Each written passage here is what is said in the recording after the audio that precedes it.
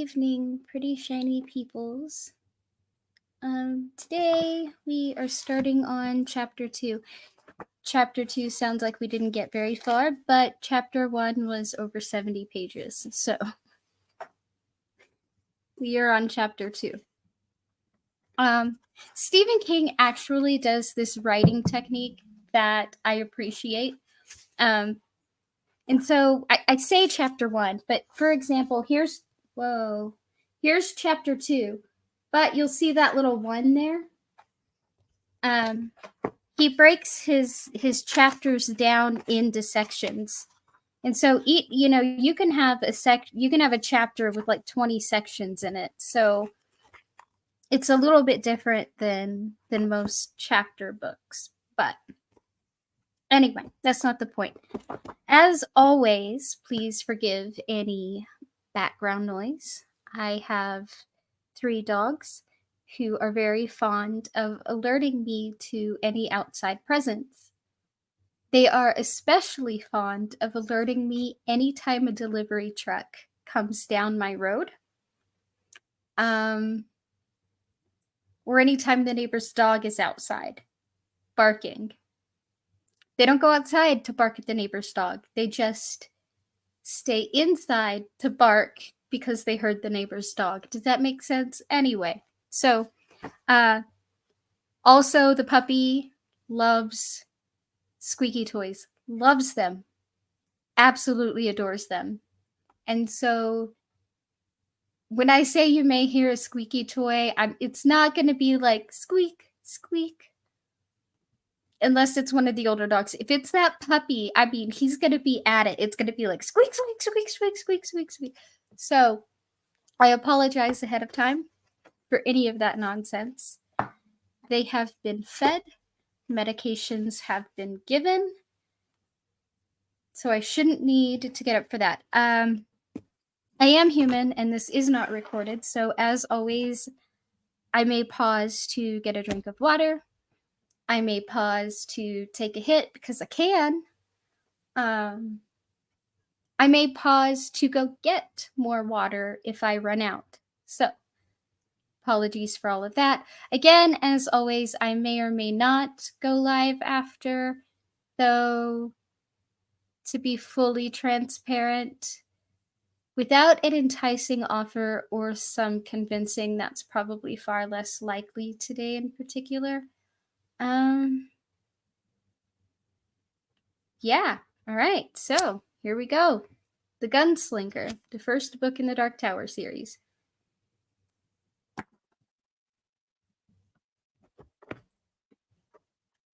Chapter 2 is called The Way Station.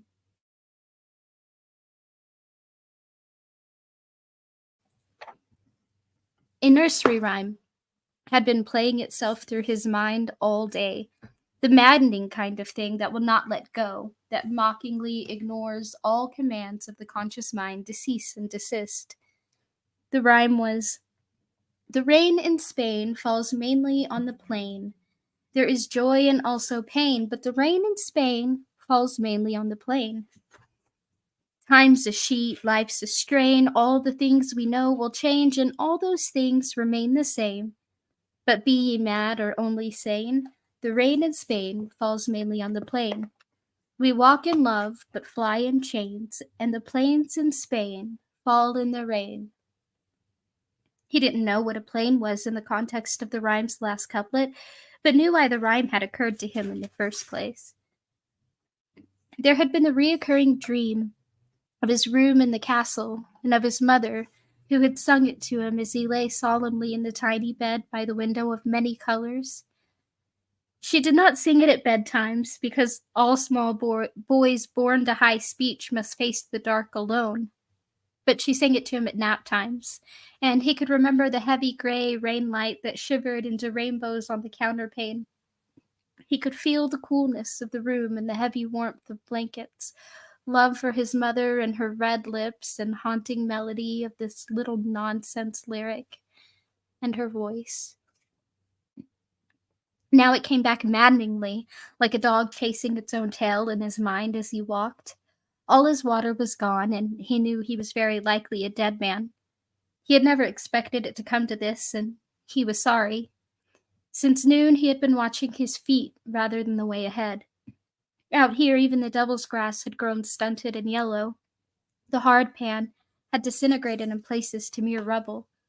The mountains were not noticeably clearer, although 16 days had passed since he had left the hut of the last homesteader, a loony, sane young man on the edge of the desert. He had had a bird. The gunslinger remembered, but he couldn't remember the bird's name. He watched his feet move up and down like the heddles of a loom, listened to the nonsense rhyme sing itself into a pitiful garble in his mind, and wondered when he would fall down for the first time. He didn't want to fall, even though there was no one to see him. It was a matter of pride. A gunslinger knows pride, that invisible bone that keeps the neck stiff. What hadn't come to him from his father had been kicked into him by Court, a boy's gentleman if there ever was one. Court, yar, with his red bulb of the nose and his scarred face. He stopped and looked up suddenly. It made his head buzz, and for a moment his whole body seemed to float. The mountains streamed against the far horizon, but there was something else up ahead, something much closer, perhaps only 5 miles away. He squinted at it, but his eyes were sandblasted and going glare-blind. He shook his head and began to walk again. The rhyme circled and buzzed. About an hour later, he fell down and skinned his hands. He looked at the tiny beads of blood on his flaked skin with disbelief. The blood looked no thinner. It looked like any blood, now dying in the air. It seemed almost as smug as the desert. He dashed the drops away, hating them blindly. Smug. Why not? The blood was not thirsty. The blood was being served. The blood was being made sacrifice unto. Blood sacrifice. All the blood needed to do was run and run and run. He looked at the splotches that had landed on the hardpan and watched as they were sucked up with uncanny suddenness. How do you like that, blood?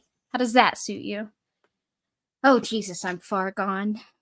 He got up, holding his hands to his chest. The thing he'd seen earlier was almost in front of him, so close it made him cry out. The dust choked. Croak, croak. It was a building. No, 2 buildings, surrounded by a fallen rail fence. The wood seemed old, fragile to the point of elvishness.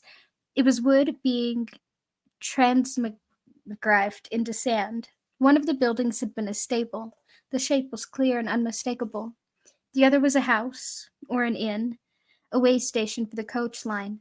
The tottering sand house. The wind had crusted the wood with grit until it looked like a sandcastle that the sun had beat upon at low tide and hardened to a temporary abode. Cast a thin line of shadow, and someone sat in the shadow, leaning against the building, and the building seemed to lean with the burden of his weight. Him, then, at last, the man in black. The gunslinger stood with his hands to his chest, unaware of his declamatory posture, and gawped. But instead of the tremendous winging excitement he had expected, or perhaps fear or awe, there was nothing but the dim, atavistic guilt for the sudden, raging hate of his own blood moments earlier, and the endless ring-a-rosy of the childhood song, The Rain in Spain. He moved forward, drawing one gun. Falls on the plain. He came the last quarter of a mile, at a jolting, flat-footed run, not trying to hide himself. There was nothing to hide behind. His short shadow raced him. He was not aware that his face had become a gray and dusty death mask of exhaustion. He was aware of nothing but the figure in the shadow. It did not occur to him until later that the figure might even have been dead. He kicked through one of the leaning fence rails. It broke in two without a sound, almost apologetically, and lunged across the dazzled and silent stable yard, bringing the gun up. You're covered! You're covered! Hands up! You whore, son! The figure moved restlessly and stood up. The gunslinger thought, my God, he has worn away to nothing. What's happened to him? Because the man in black had shrunk 2 full feet, and his hair had gone white. He paused, struck dumb, his head buzzing tunelessly. His heart was racing at a lunatic rate, and he thought, I'm dying right here." He sucked the white hot air into his lungs and hung his head for a moment. When he raised it again, he saw it wasn't the man in black, but a boy with sun-bleached hair, regarding him with eyes that did not even seem interested. The gunslinger stared at him blankly, and then shook his head in negation, but the boy survived his refusal to believe. He was a strong delusion, one wearing blue jeans with a patch on one knee and a plain brown shirt of rough weave.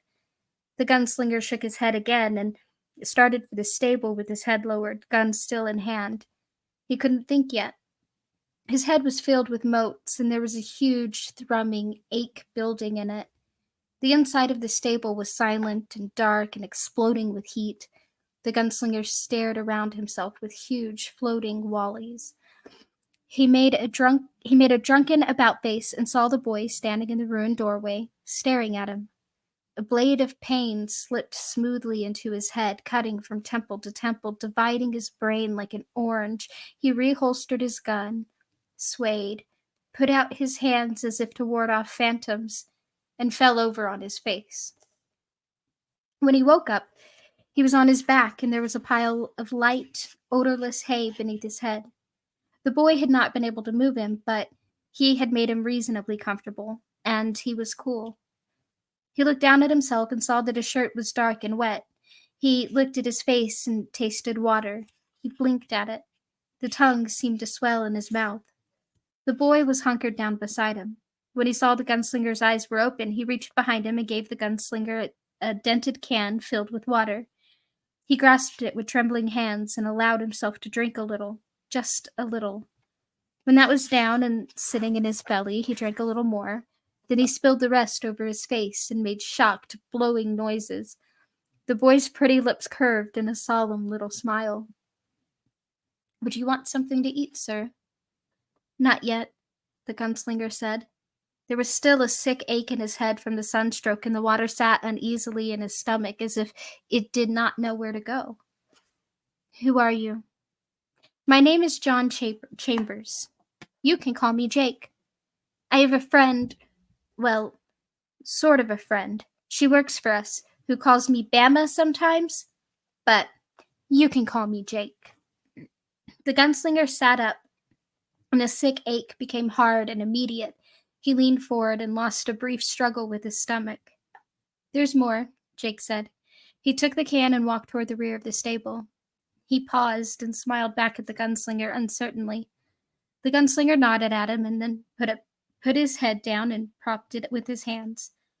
The boy was well made, handsome, perhaps 10 or 11. There had been a shadow of fear on his face, but that was all right.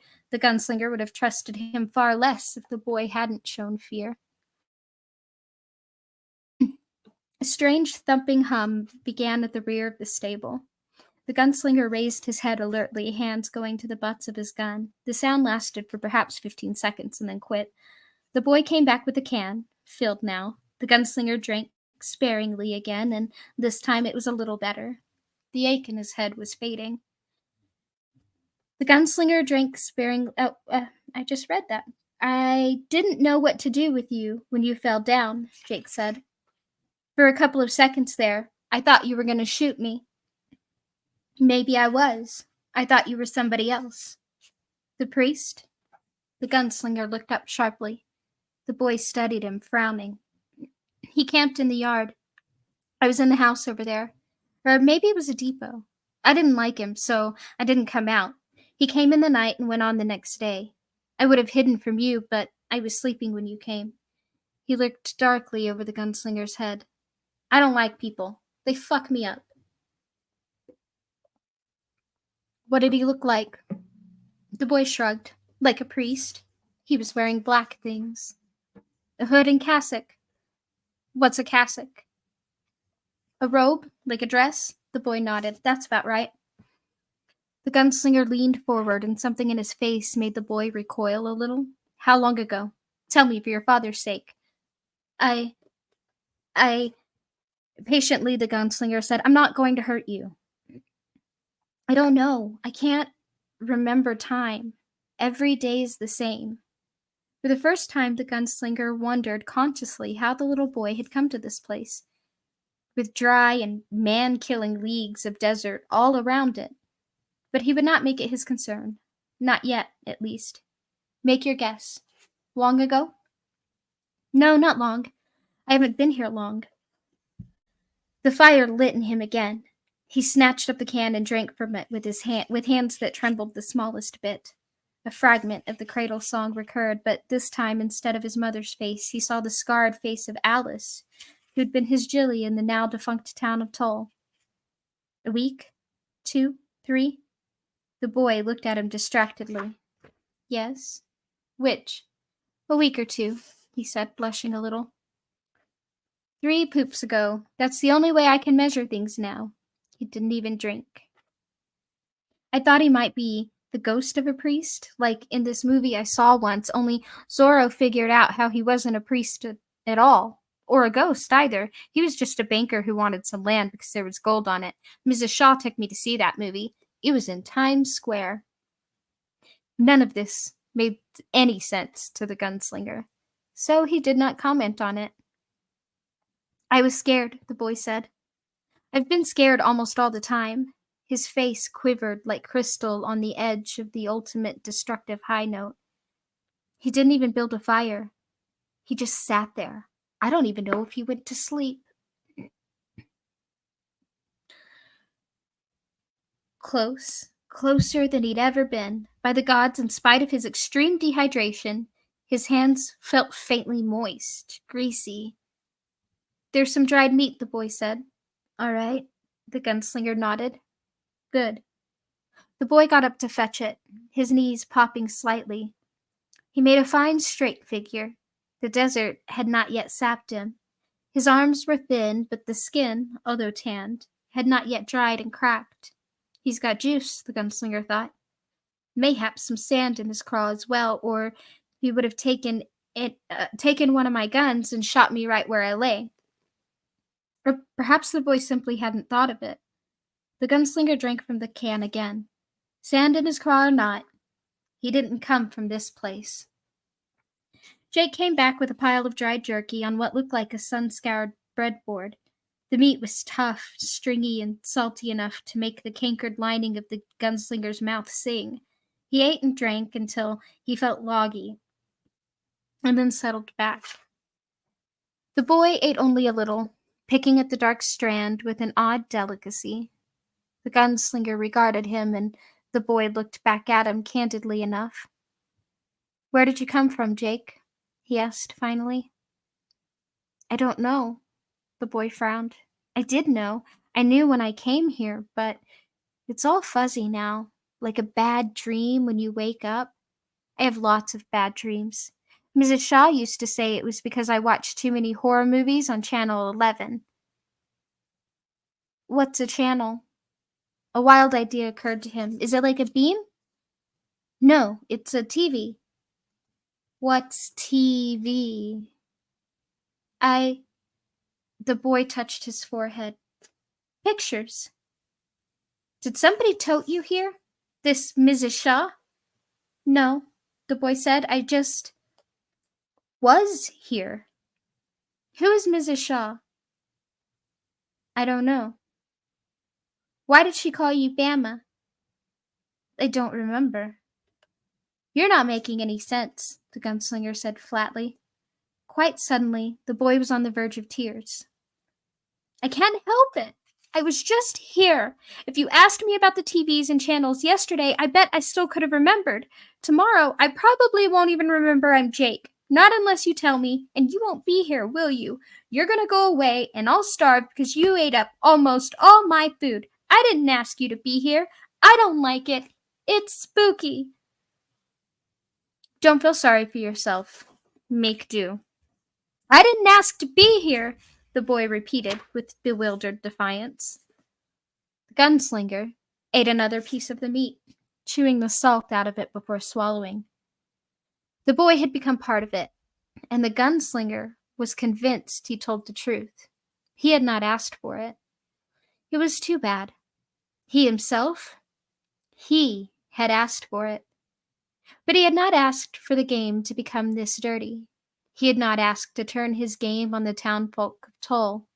had not asked to shoot Allie, with her sadly pretty face at the end marked by the secret she had finally asked to be let in on, using that word, that 19, like a key in a lock. Had not asked to be faced with the choice between duty and flat out murder. It was not fair to ring in innocent bystanders and make them speak lines they didn't understand on his strange stage. Allie, he thought. Allie was at least part of this world, in her own self-illusory way, but this boy, this goddamn boy. Tell me what you can remember, he told Jake. It's only a little. It doesn't seem to make any sense anymore. Tell me. Maybe I can pick up the sense. The boy thought about how to begin. He thought about it very hard. There was a place, the one before this one, a high place with lots of rooms and a patio where you could look at tall buildings and water. There was a statue that stood in the water. A statue in the water? Yes, a lady with a crown and a torch. I think a book? Are you making this up? I guess I must be, the boy said hopelessly. There were things to ride in on the streets, big ones and little ones. The big ones were blue and white, the little ones were yellow, a lot of yellow ones. I walked to school. There were cement paths beside the streets, windows to look in, and more statues wearing clothes. The statues sold the clothes? I know it sounds crazy, but the statues sold the clothes. The gunslinger shook his head and looked for a lie on the boy's face, and saw none. I walked to school, the boy repeated doggedly, and I had his eyes tilted close and his lips moved gropingly, a brown book bag. I carried a lunch and I wore the groping again, agonizing groping. A tie. I wore a tie. A cravat? I don't know. The boy's fingers made a low, unconscious clenching motion at his throat, one the gunslinger associated with hanging. I don't know. It's just all gone. And he looked away. May I put you to sleep? The gunslinger asked. I'm not sleepy. I can make you sleepy, and I can make you remember. Doubtfully, Jake asked, how could you do that?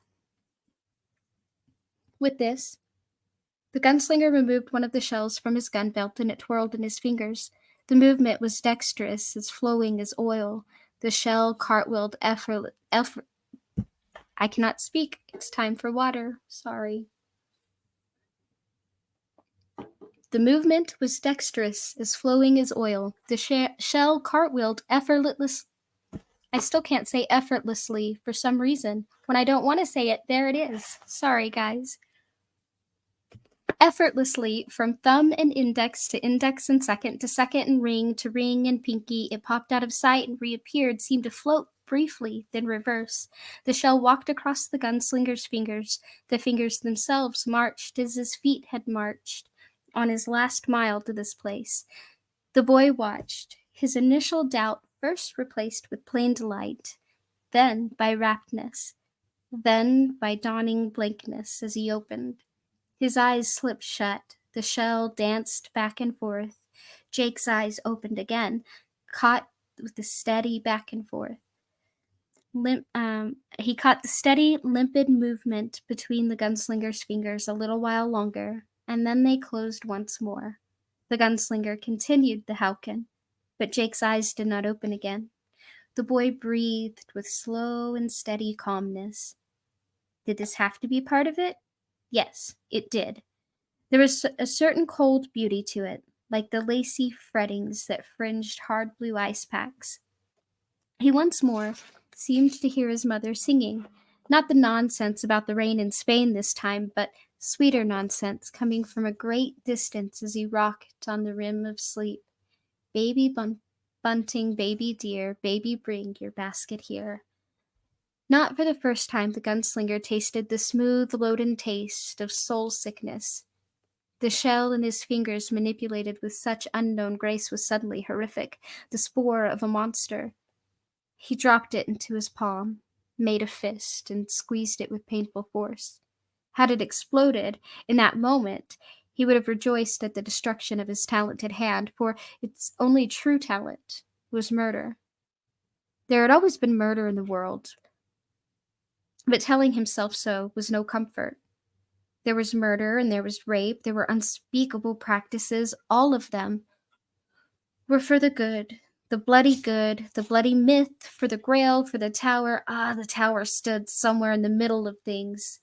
So they did say, rearing its black gray bulk to the sky, and in his desert-scoured ears the gunslinger heard the faint, sweet sound of his mother's voice. Chusset, chisset, chasset, bring enough to fill your basket. He brushed the song and the sweetness of the song aside. Where are you? He asked.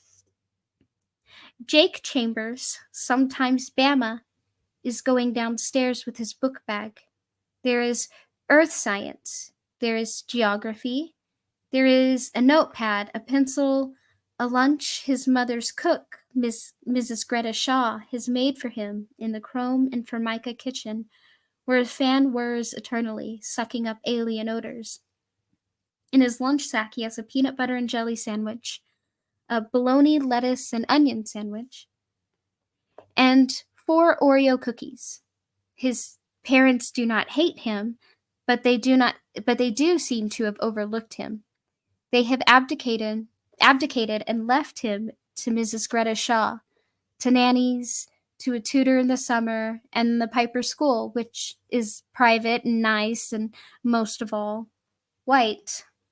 The rest of the time, none of these people have ever pretended to be more than what they are, professional people, the best in their fields. None have folded him into a particularly warm bosom, as usually happens in the historical romance novels his mother reads, and which Jake had dipped into looking for the hot parts. Hysterical novels, his father sometimes called them, and sometimes bodice rippers. You should talk, his mother says with infinite scorn from behind some closed door where Jake listens. His father works for the network, and Jake could pick him out of a lineup of skinny men with crew cuts. Probably. Jake does not know that he hates all the professional people, but Mrs. Shaw. People have always bewildered him. His mother, who is scrawny in a sexy way, often goes to bed with sick friends. His father sometimes talks about people at the network who are doing too much Coca-Cola. This statement is always accompanied by a humorless grin and a quick little sniff of the thumbnail. Now he is on the street. Jake Chambers is on the street. He is hit the bricks. He is clean and well-mannered, comely and sensitive. He bowls once a week at the Midtown Lanes. He has no friends, only acquaintances. He has never bothered to think about this, but it hurts him. He does not know or understand that a long association with professional people has caused him to take on many of their traits. Mrs. Greta Shaw, better than the rest of them, but gosh, is that ever a consolation prize, makes very professional sandwiches. She quarters them and cuts off the bread crust so that when he eats in the gym period 4, he looks like he ought to be at a cocktail party with a drink in his other hand instead of a sports novel or a Clay Blaisdell Western from the school library.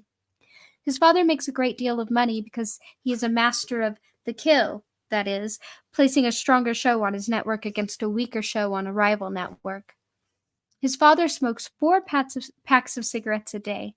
His father does not cough, but he has a hard grin, and he's not averse to the occasional shot of the old Coca-Cola. Down the street, his mother leaves cab fare, but he walks every day.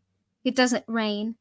Swinging his book bag and sometimes his bowling bag, although mostly he leaves it in his locker. A small boy who looks very American with his blonde hair and blue eyes. Girls have already begun to notice him with their mother's approval, and he does not shy away with skittish little boy arrogance. He talks to them with unknowing professionalism and puzzles them away. He likes geography and bowling in the afternoon. His father owns stock in a company that makes automatic pin setting machinery, but Midtown Lanes does not use his father's brand.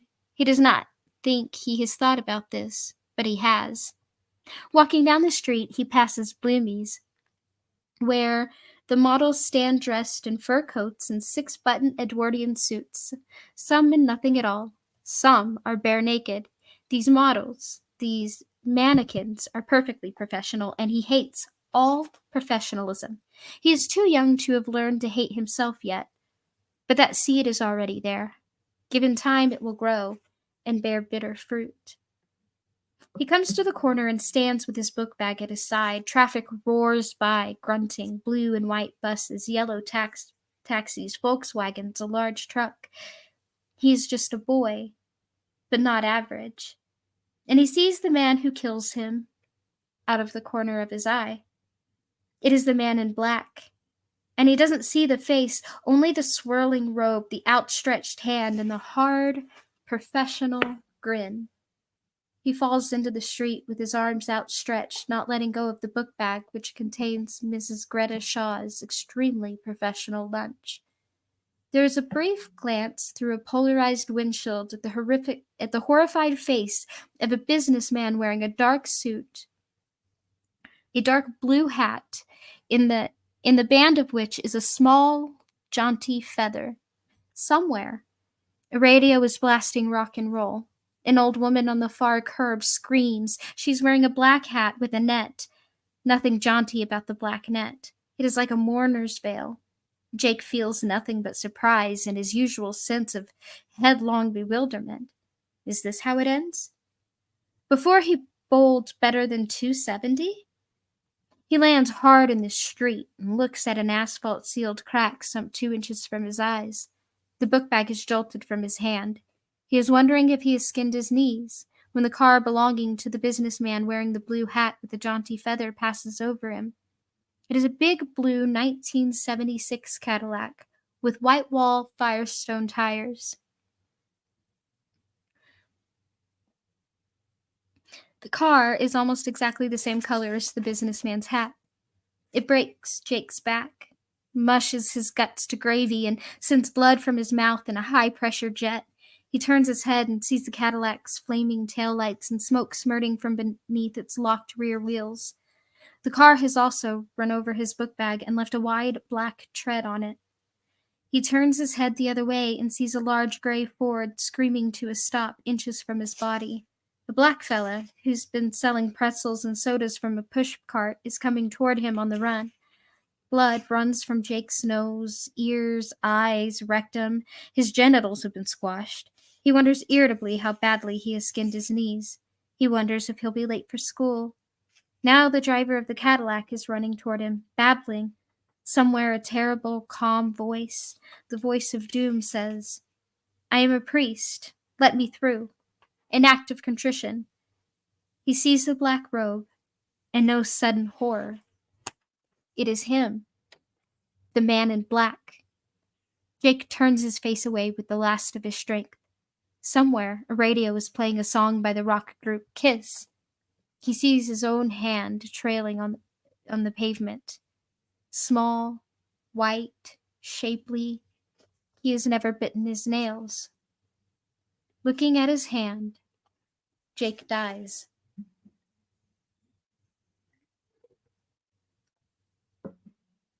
The gunslinger hunkered in frowning thought. He was tired and his body ached, and the thoughts came with aggravating slowness. Across from him, the amazing boy slept with his hands folded in his lap, still breathing calmly. He had told his tale without much emotion, although his voice had trembled near the end when he had come to the part about the priest and the act of contrition.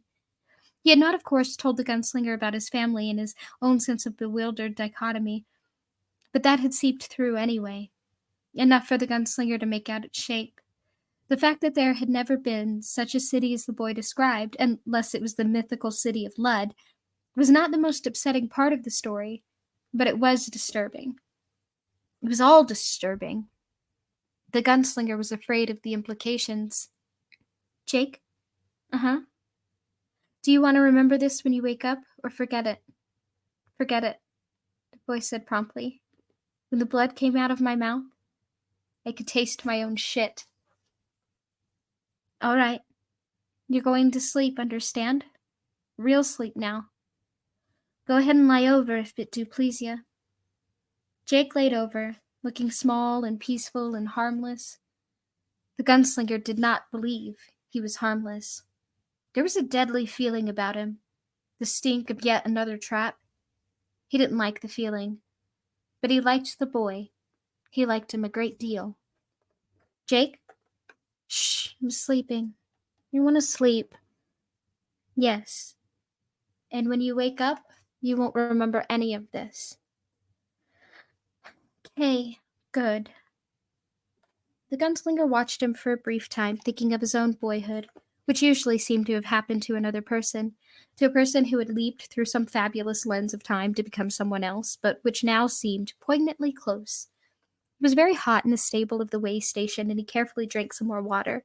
He got up and walked to the back of the building, paused to look into one of the horse stalls, then there was a small pile of white hay in the corner and a neatly folded blanket, but there was no smell of horse. There was no smell of anything in the stable. The sun had bled away every smell and left nothing. The air was perfectly neutral. At the back of the stable was a small dark room with the stainless steel machine in the center. It was untouched by rust or rot. It looked like a butter churn. At the left, a chrome pipe jutted from it, terminating over a drain in the floor. The gunslinger had seen pumps like it in other dry places, but never one so big. He could not contemplate how deep some long ago must have drilled before they struck water, secret and forever black under the desert. Why hadn't they removed the pump when the way station had been abandoned? Demons, perhaps. He shuddered abruptly, an abrupt twisting of his back. Heat flash poked out on his skin, then receded. He went to the control switch and pushed the on button. The machine began to hum. After perhaps half a minute, a stream of cool, clear water belched from the pipe and went down the drain to be recirculated. Perhaps 3 gallons flowed out of the pipe before the pump shut itself down with a final click. It was a thing as alien to this place and time as true love, and yet as concrete as judgment, a silent reminder of a time when the world had not yet moved on. It probably ran on an atomic slug, as there was no electricity within 1,000 miles of here, and even dry batteries would have lost their charge long ago. It had been made by a company called North Central Positronics. The gunslinger didn't like it. He went back and sat down beside the boy who had put one hand under his cheek. Nice-looking boy. The gunslinger drank some more water and crossed his legs so he was sitting Indian fashion. The boy, like the squatter on the edge of a desert who kept the bird, Zoltan, the gunslinger remembered abruptly. The bird's name was Zoltan. Had lost his sense of time, but the fact that the man in black was closer seemed beyond doubt.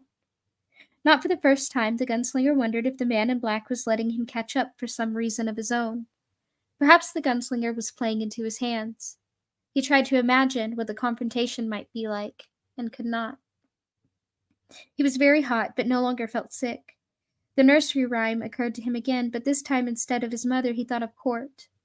Court, an ageless engine of a man, his face stitched with scars of bricks and bullets and blunt instruments, the scars of war and instruction in the arts of war. He wondered if Court ever had a love to match those monumental scars. He doubted it. He thought of Susan and his mother, and of Martin, the incomplete enchanter. The gunslinger was not a man to dwell on the past. Only a shadowy conception of the future and of his own emotional makeup saved him from being a man without imagination, a dangerous dullard. His present run of thought, therefore, rather amazed him. Each name called up others. Cuthbert, Elaine, the old man Jonas with his quavery voice, and again Susan, the lovely girl at the window. Such thoughts always came back to Susan and the great rolling plain known as the drop, and fishermen casting their nets in the bays on the edge of the clean sea. The piano player in Tull, also dead, all dead in Tull and by his own hand, had known those places, although he and the gunslinger had only spoken of them once. Sheb had been fond of the old songs, had once played them in a saloon called the Traveller's Rest, and the gunslinger hummed one tunelessly under his breath. Love, oh careless love, see what careless love has done. The gunslinger laughed, bemused. I am the last of the green and warm-hued world. And for all his nostalgia, he felt no self-pity. The world had moved on mercilessly, but his legs were still strong, and the man in black was closer. The gunslinger nodded out. When he awoke, it was almost dark and the boy was gone. The gunslinger got up, hearing his joints pop, and went to the stable door. There was a small flame dancing in the darkness on the porch of the inn. He walked toward it, his shadow long and black and trailing in the reddish ochre light of the sunset. Jake was sitting by a kerosene lamp. The oil was in a drum, he said. But I was scared to burn it in the house. Everything's so dry. You did just right. The gunslinger sat down, seeing but not thinking about the dust of years that puffed around his rump. He thought it something of a wonder that the porch didn't simply collapse beneath their combined weight. The flame from the lamp shadowed the boy's face with delicate tones, and the gunslinger produced his poke and rolled a cigarette. We have to palaver, he said. Jake nodded, smiling a little at the word. I guess you know I'm on the prod for the man you saw. Are you going to kill him? I don't know. I have to make him tell me something. I may have to make him take me someplace. Where? To find the tower, the gunslinger said. He held his cigarette over the chimney of the lamp and drew on it. The smoke drifted away on the rising night breeze. Jake watched it. His face showed neither fear nor curiosity, certainly not enthusiasm. So I'm going on tomorrow, the gunslinger said. You'll have to come with me. How much of that meat is left? Only a little. Corn? A little more. The gunslinger nodded. Is there a cellar? Yes. Jake looked at him. The pupils of his eyes had grown to huge, fragile size. You pull up on a ring in the floor, but I didn't go down. I was afraid the ladder would break and I wouldn't be able to get up again. And it smells bad. It's the only thing around here that smells at all. We'll get up early and see if there's anything down there worth taking. Then we'll go. All right. The boy paused and then said, I'm glad I didn't kill you when you were sleeping. I had a pitchfork and I thought about doing it. But I didn't. And now I won't have to be afraid to go to sleep. What would you be afraid of? The boy looked at him ominously. Spooks. Of him coming back. The man in black? The gunslinger said. Not a question. Yes. Is he a bad man? I guess that depends on where you're standing, the gunslinger said absently. He got up and pitched his cigarette out onto the hard pan. I'm going to sleep. The boy looked at him timidly. Can I sleep in the stable with you? Of course. The gunslinger stood on the step looking up and the boy joined him. Old Star was up there and Old Mother. It seemed to the gunslinger that if he closed his eyes, he would be able to hear the croaking of the first spring peepers, smell the green, almost summer smell of the court lawns after the first cutting, and hear perhaps the indolent click of wooden balls as the Lady of the East Wing, attired only in their shifts at dusk, glimmering toward dark, played at points. Could almost see Cuthbert and Jamie as they came through the break in the hedges, calling for him to ride out with them. It was not like him to think so much of the past. He turned back and picked up the lamp. Let's go to sleep, he said. And they crossed to the stable together. The next morning, he explored the cellar. Jake was right. It smelled bad. It had a wet, swampy stench that made the gunslinger feel nauseous and a little lightheaded after the anesthetic odorlessness of the desert in the stable. The cellar smelled of cabbages and turnips and potatoes with long, sightless eyes gone to everlasting rot. The latter, however, seemed quite sturdy. and he climbed down. The floor was earthen, and his head almost touched the overhead beams. Down here, spiders still lived, disturbingly big ones, with mottled gray bodies. Many were muties, the true thread long lost. Some had eyes on stalks, some had what might have been as many as 16 legs. The gunslinger peered around and waited for his night eyes. "You all right?" Jake called down nervously. "Yes."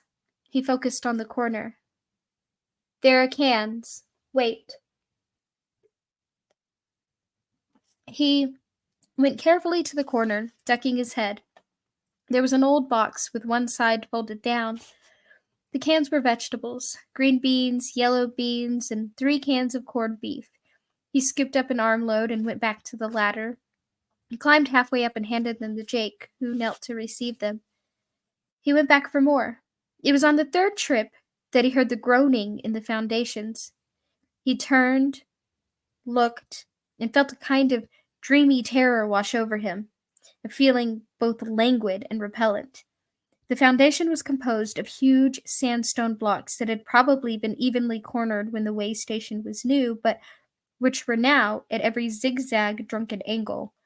It made the wall look as if it were inscribed with strange, meandering hieroglyphs, and from the joining of the two of these abstruse cracks, a thin spill of sand was running, as if something on the other side was digging itself through with slobbering, agonizing intensity.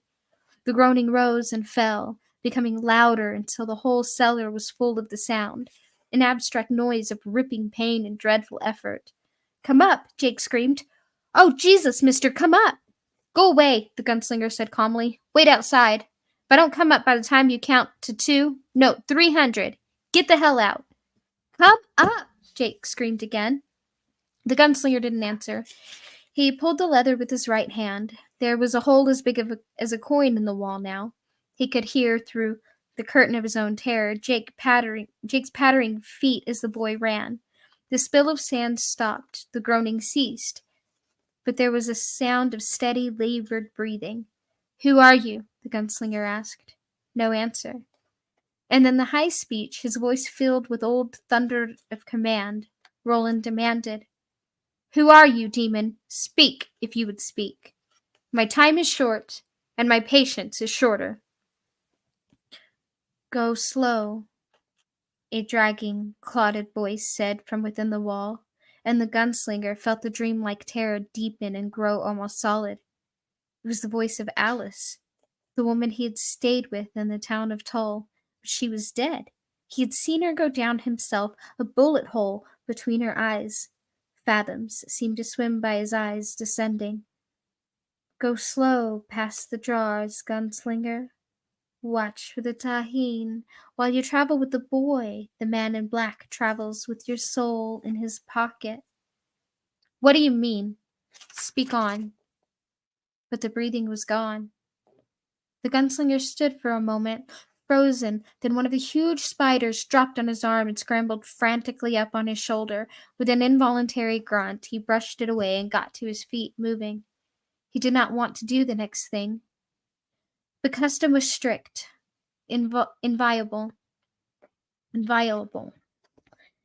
"Take the dead from the dead," the old proverb said. "Only a corpse may speak true prophecy." He went to the hole and punched at it. The sandstone crumbled easily at the edges, and with a bare stiffening of muscle, he thrust his hand through the wall and touched something solid, with raised and fretted knobs. He drew it out. He held a jawbone, rotted at the far hinge. The teeth leaned this way and that. "All right," he said softly. He thrust it rudely into his back pocket and went back up the ladder, carrying the last cans awkwardly. He left the trapdoor open. The sun would get in and kill the muty spiders. Jake was halfway across the stable yard, cowering on the cracked, rubbly hardpan. He screamed when he saw the gunslinger, backed away a step or two, and then ran to him, crying, "I thought it got you!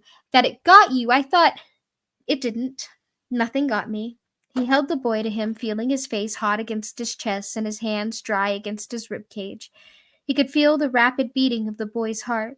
It occurred to him later that this was when he began to love the boy, which was, of course, what the man in black must have planned all along. Was there ever a trap to match the trap of love? Was it a demon? The voice was muffled. Yes, a speaking demon. We don't have to go back there anymore.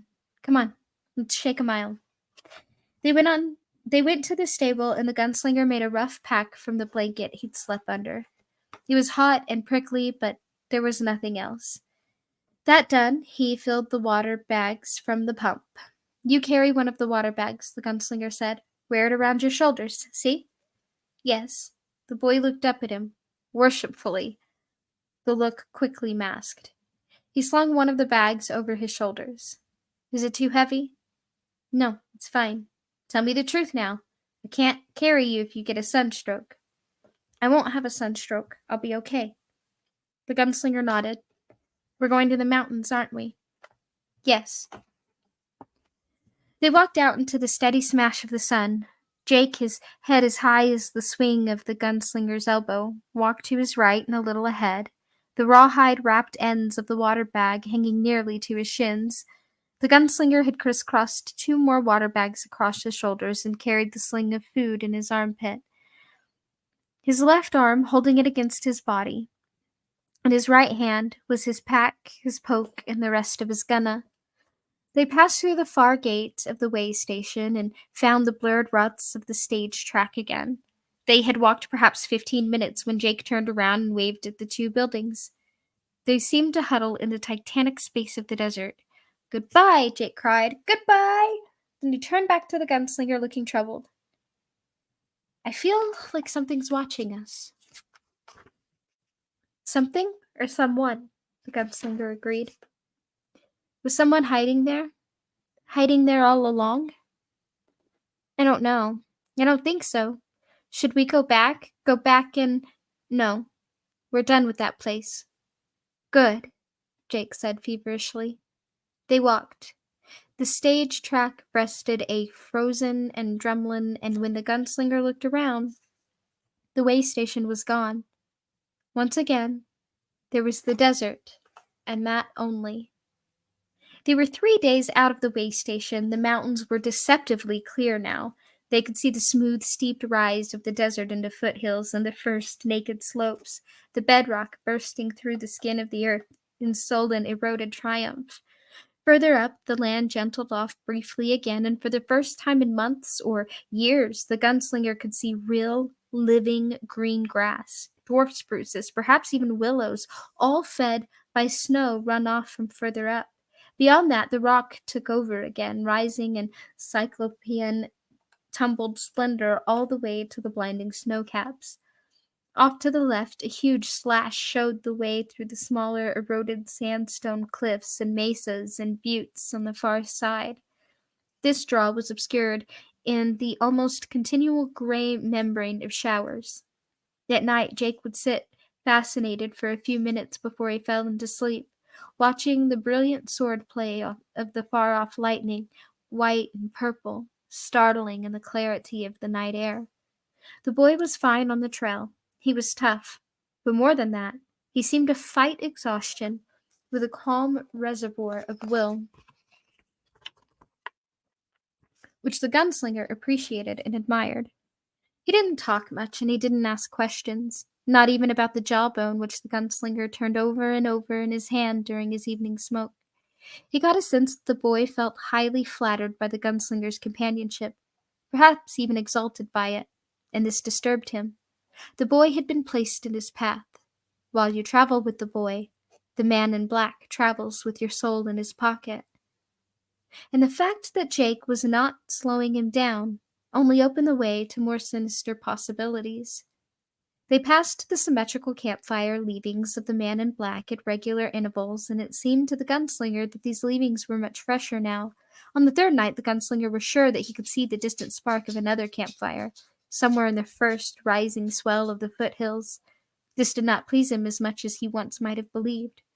One of Court's sayings occurred to him, where the man who fakes a limp Near 2 o'clock on the fourth day out of the way station, Jake reeled and almost fell. Here, sit down, the gunslinger said. No, I'm okay. Sit down. The boy sat obediently. The gunslinger squatted close by, so Jake would be in his shadow. Drink. I'm not supposed to until... Drink. The boy drank 3 swallows. The gunslinger wet the tail of the blanket, which he held a good deal less now, and applied the damp fabric to the boy's wrists and forehead, which were fever dry. From now on, we rest every afternoon at this time, 15 minutes. Do you want to sleep? No. The boy looked at him with shame. The gunslinger looked back blandly. In an abstracted way, he withdrew one of the bullets from his belt and began to twirl it into houken between his fingers. The boy watched, fascinated. That's neat, he said. The gunslinger nodded. Yar. He paused. When I was your age, I lived in a walled city. Did I tell you that? The boy shook his head sleepily. Sure. And there was an evil man. The priest? Well, sometimes I wonder about that, tell you true, the gunslinger said. If they were to, I think now, they must have been brothers, maybe even twins. But did I ever see 'em together? No, I never did. This bad man, this Martin, he was a wizard, like Merlin. Do they ken Merlin where you come from? Merlin, an author in the Knights of the Round Table, Jake said dreamily. The gunslinger felt a nasty jolt go through him. Yes, he said. Arthur Eld, you say true. I say thank you. I was very young. But the boy was asleep, sitting up, his hands folded neatly in his lap. Jake? Yar. The sound of this word from the boy's mouth startled him badly. The gunslinger wouldn't let his voice show it.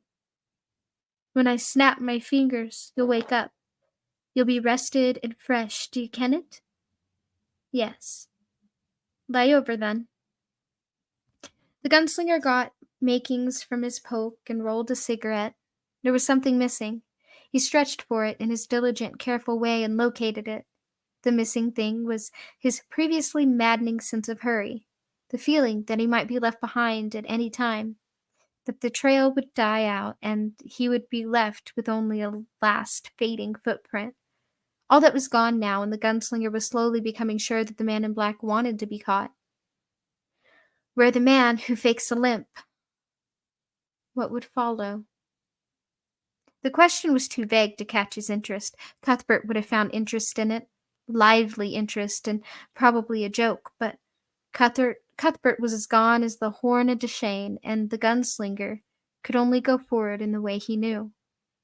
He watched the boy as he smoked, and his mind turned back on Cuthbert, who had always laughed. To his death he had gone laughing. And Court, who never laughed. And on Martin, who sometimes smiled a thin, silent smile that had its own disquieting gleam, like an eye that slips open in the dark and disposes blood. And there had been the falcon, of course. The falcon was named David, after the legend of the boy with the sling. David, he was quite sure, knew nothing but the need for murder, rending, and terror, like the gunslinger himself. David was no dilettante. He played the center of the court, except maybe at the end. The gunslinger's stomach seemed to rise painfully against his heart, but his face didn't change. He watched the smoke of his cigarette rise into the hot desert air and disappear, and his mind went back. The sky was white, perfectly white, the smell of rain strong in the air, the smell of hedges and growing green was sweet. It was deep spring, what some called New Earth. David sat on Cuthbert's arm, a small engine of destruction with bright golden eyes that glared outward at nothing. The rawhide leash attached to his jesses was looped carelessly about Bert's arm. Court stood aside for the two boys, a silent figure in patched leather trousers and a green cotton shirt that had cinched high with his old, wide infantry belt. The green of his shirt merged with the hedges and the rolling turf of the back courts where the ladies had not yet begun to play at points. Get ready, Roland whispered to Cuthbert. We're ready, Cuthbert said confidently. Aren't we, Davy? They spoke the low speech, the language of both scullions and squires. The day when they would be allowed to use their own tongue in the presence of others was still far. It's a beautiful day for it. Can you smell the rain? It's.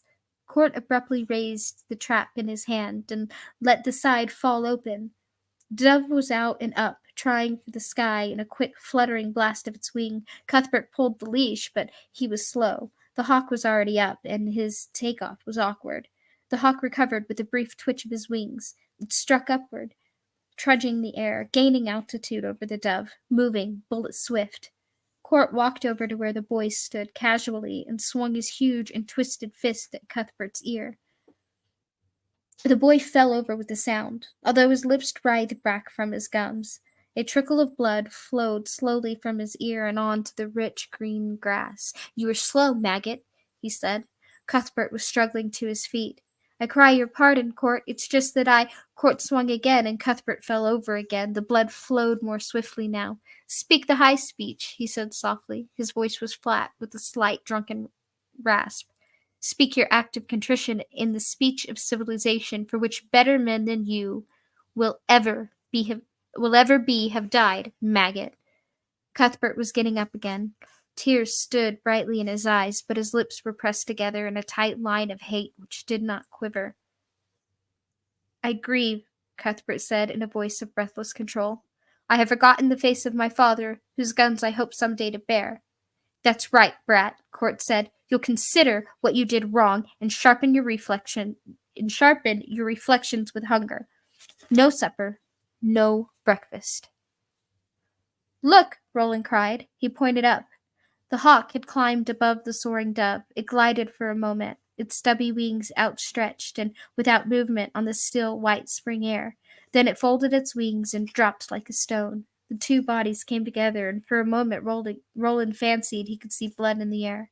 The hawk gave a brief scream of triumph. The dove fluttered, twisting to the ground, and Roland ran toward the kill, leaving Court and the chastened Cuthbert beside him. The hawk had landed beside its prey and was complacently tearing it into plump white breast. A few feathers seesawed slowly downward. David, the boy yelled, and tossed the hawk a piece of rabbit flesh from his poke. The hawk caught it on the fly, ingested it with an upward shaking of its back and throat, and Roland attempted to releash the bird. The hawk whirled, almost absent-mindedly, and ripped skin from Roland's arm in a long, dangling gash. Then it went back to its meal. With a grunt, Roland looped the leash again, this time catching David's diving, slashing beak on the leather gauntlet he wore. He gave the hawk another piece of meat, then hooded it. Docilely, David climbed onto his wrist. He stood up proudly, the hawk on his arm. What's this, can you tell me? Court asked, pointing to the dripping slash on Roland's forearm. The boy stationed himself to receive the blow, locking his throat against any possible cry. But no blow fell. He struck me, Roland said. You pissed him off, Court said. The hawk does not fear you. The hawk does not fear you, boy, and the hawk never will. The hawk is God's gunslinger. Roland merely looked at Court. He was not an imaginative boy, and if Court had intended to imply a moral, it was lost on him. He went so far as to believe that it might have been one of the few foolish statements he had ever heard Court make. Cuthbert came up behind them and stuck his tongue out at Court, safety on his blind side. Roland did not smile, but nodded to him. Go in now, Court said, taking the hawk. He turned and pointed at Cuthbert. But remember your reflections, maggot, and your fast, tonight and tomorrow morning. Yes, Cuthbert said, stiltedly formal now. Thank you for this instructive day. You learn, Court said, but your tongue has a bad habit of lolling from your stupid mouth when your instructor's back is turned. Mayhap the day will come when it and you will learn their respective places. He struck Cuthbert again, and this time solidly between the eyes and hard enough so that Roland heard a dull thud that sounded like a mallet makes when a scullion taps a keg of beer. Cuthbert fell backward onto the lawn. his eyes cloudy and dazed at first. Then they cleared, and he stared burningly up at Court, his usual easy grin nowhere to be seen. His hatred unveiled, a pinprick as bright as the dove's blood in the center of of each eye. He nodded and parted his lips in a scarifying smile that Roland had never seen. Then there's hope for you, Court said. When you think you can, you come for me, maggot. How did you know? Cuthbert said between his teeth. Court turned toward Roland so swiftly that Roland almost fell back a step, and then both of them would have been on the grass, decorating the new green with their blood. I saw it reflected in this maggot's eyes, he said. Remember it, Cuthbert Allgood. Last lesson for today. Cuthbert nodded again, the same frightening smile on his face. I grieve, he said. I have forgotten the face. Cut that shit, Court said, losing interest. He turned to Roland. Go on now, the both of you. If I have to look at your stupid maggot faces any longer, I'll puke my guts and lose a good dinner. Come on, Roland said. Cuthbert shook his head to clear it and got to his feet. Court was already walking down the hill in his squat, bow-legged stride, looking powerful and somehow prehistoric. The shaved and grizzled spot on the top of his head glimmered. I'll kill the son of a bitch, Cuthbert said, still smiling. A large goose egg, purple and knotted, was rising mystically on his forehead. Not you or me, Roland said, suddenly bursting into a grin. You have supper in the west kitchen with me. Cook will give us some. He'll tell Court. He's no friend of Court's, Roland said, and then shrugged. And what if he did? Cuthbert grinned back. Sure. Right. I always wanted to know how the world looked when your head was on backwards and upside down. They stared back together over the green lawns, casting shadows in the fine white spring light. The cook in the west kitchen was named Hax. He stood huge in food-stained whites, a man with a crude oil complexion whose ancestry was a quarter black, a quarter yellow, a quarter from the South Islands, now almost forgotten, the world had moved on, and a quarter gods knew what. He shuffled about the three high-ceilinged, steamy rooms like a tractor in low gear, wearing huge, caliph-like slippers. He was one of those quite rare adults who communicate with small children fairly well and who love them all impartially, not in a sugary way, but in a business-like fashion that may sometimes entail a hug, in the same way that closing a big business deal may call for a handshake.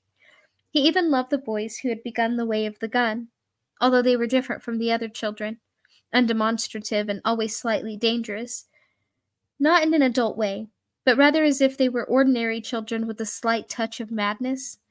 And Bert was not the first of Court's students whom he had fed on the sly. At this moment, he stood in front of his huge, rambling electric stove, one of 6 working appliances left on the whole estate. It was his personal domain, and he stood there watching the 2 boys bolt the gravied meat scraps he had produced. Behind, before, and all around, cook boys, scullions, and various underlings rushed through the steaming, humid air, rattling pans, stirring stew, slaving over potatoes and vegetables in nether regions. In the dimly lit pantry alcove, a washerwoman with a doughy, miserable face and hair caught up in a rag splashed water around on the floor with a mop. One of the scullery boys rushed up with the man from the guards in tow. This man. He wants you, Hax. All right. Hax nodded to the guard, and he nodded back. You boys, he said, go over to Maggie. She'll give you some pie. Then scat. Don't get me in trouble. Later, they would both remembered he'd said that. Don't get me in trouble. They nodded and went over to Maggie, who gave them huge wedges of pie on dinner plates, but gingerly, as if they were wild dogs that might bite her. Let's eat it under stairs, Cuthbert said. All right. They sat behind a huge, sweating stone colonnade out of sight of the kitchen and gobbed their pie with their fingers. It was only moments later that they saw shadows fall on the far, curving wall of the wide staircase. Roland grabbed Cuthbert's arm. Come on, he said. Someone's coming. Cuthbert looked up, his face surprised and berry-stained. But the shadows stopped, still out of sight. It was Hax and the man from the guards. The boys sat where they were. If they moved now, they may be heard. The good man, the guard was saying. Parson? In 2 weeks, the guard replied. Maybe 3. You have to come with us. There's a shipment from the freight depot. A particularly loud crash of pots and pans and a volley of catcalls directed at the hapless pot boy who had dropped them and bottles blocked out some of the rest. Then the boys heard the guard finish. Poisoned meat. Risky. Ask not what good man can do for you, the guard began, but what you can do for him, Hax sighed. Soldier, ask not. You know what it can mean, the guard said quietly. Jar, and I know my responsibilities to him. You don't need to lecture me. I love him just as you do. Would follow him into the sea if he asked. So I would. All right, the meat will be marked for short-term storage in your cauldrons. But you'll have to be quick. You must understand that. There are children in Tanton, the cook said. It was not really a question. Children everywhere, the guard said gently. It's the children we and he care about. Poisoned meat. Such a strange way to care for children. Hacks. Utterly a heavy whistling sigh. Will they curdle and hold their bellies and cry for their mammas? I suppose they will. It will be like going to sleep, the guard said. But his voice was too confidently reasonable. Of course, Hacks said and laughed. You said it yourself. Soldier, ask not. Do you enjoy seeing children under the rule of the gun?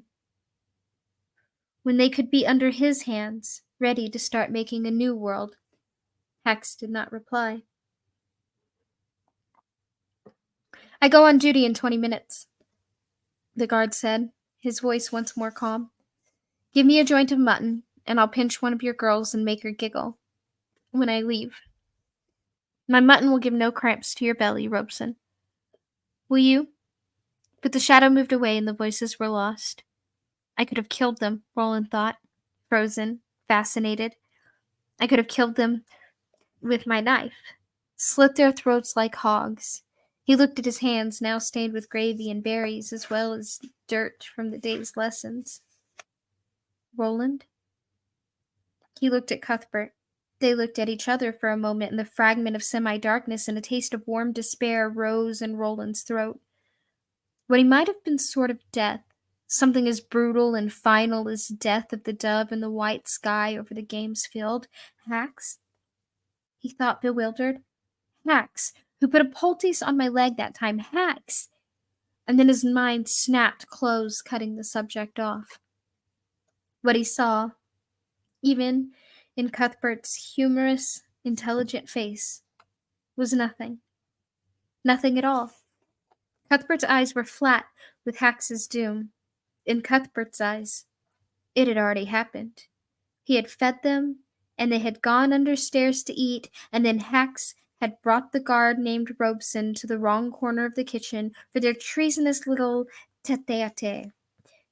Ka had worked, and Ka sometimes did, as suddenly as a big stone rolling down a hillside. That was all.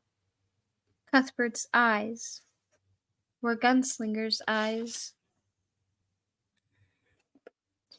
Roland's father was only just back from the uplands, and he looked out of place from amid the drapes and chiffon fripperies of the main receiving hall, to which the boy had only lately been granted access as a sign of his apprenticeship.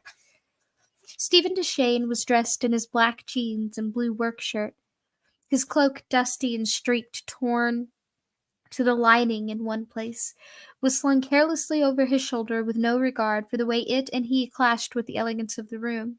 He was desperately thin, and the heavy handlebar mustache below his nose seemed to weight his head as he looked down at his son.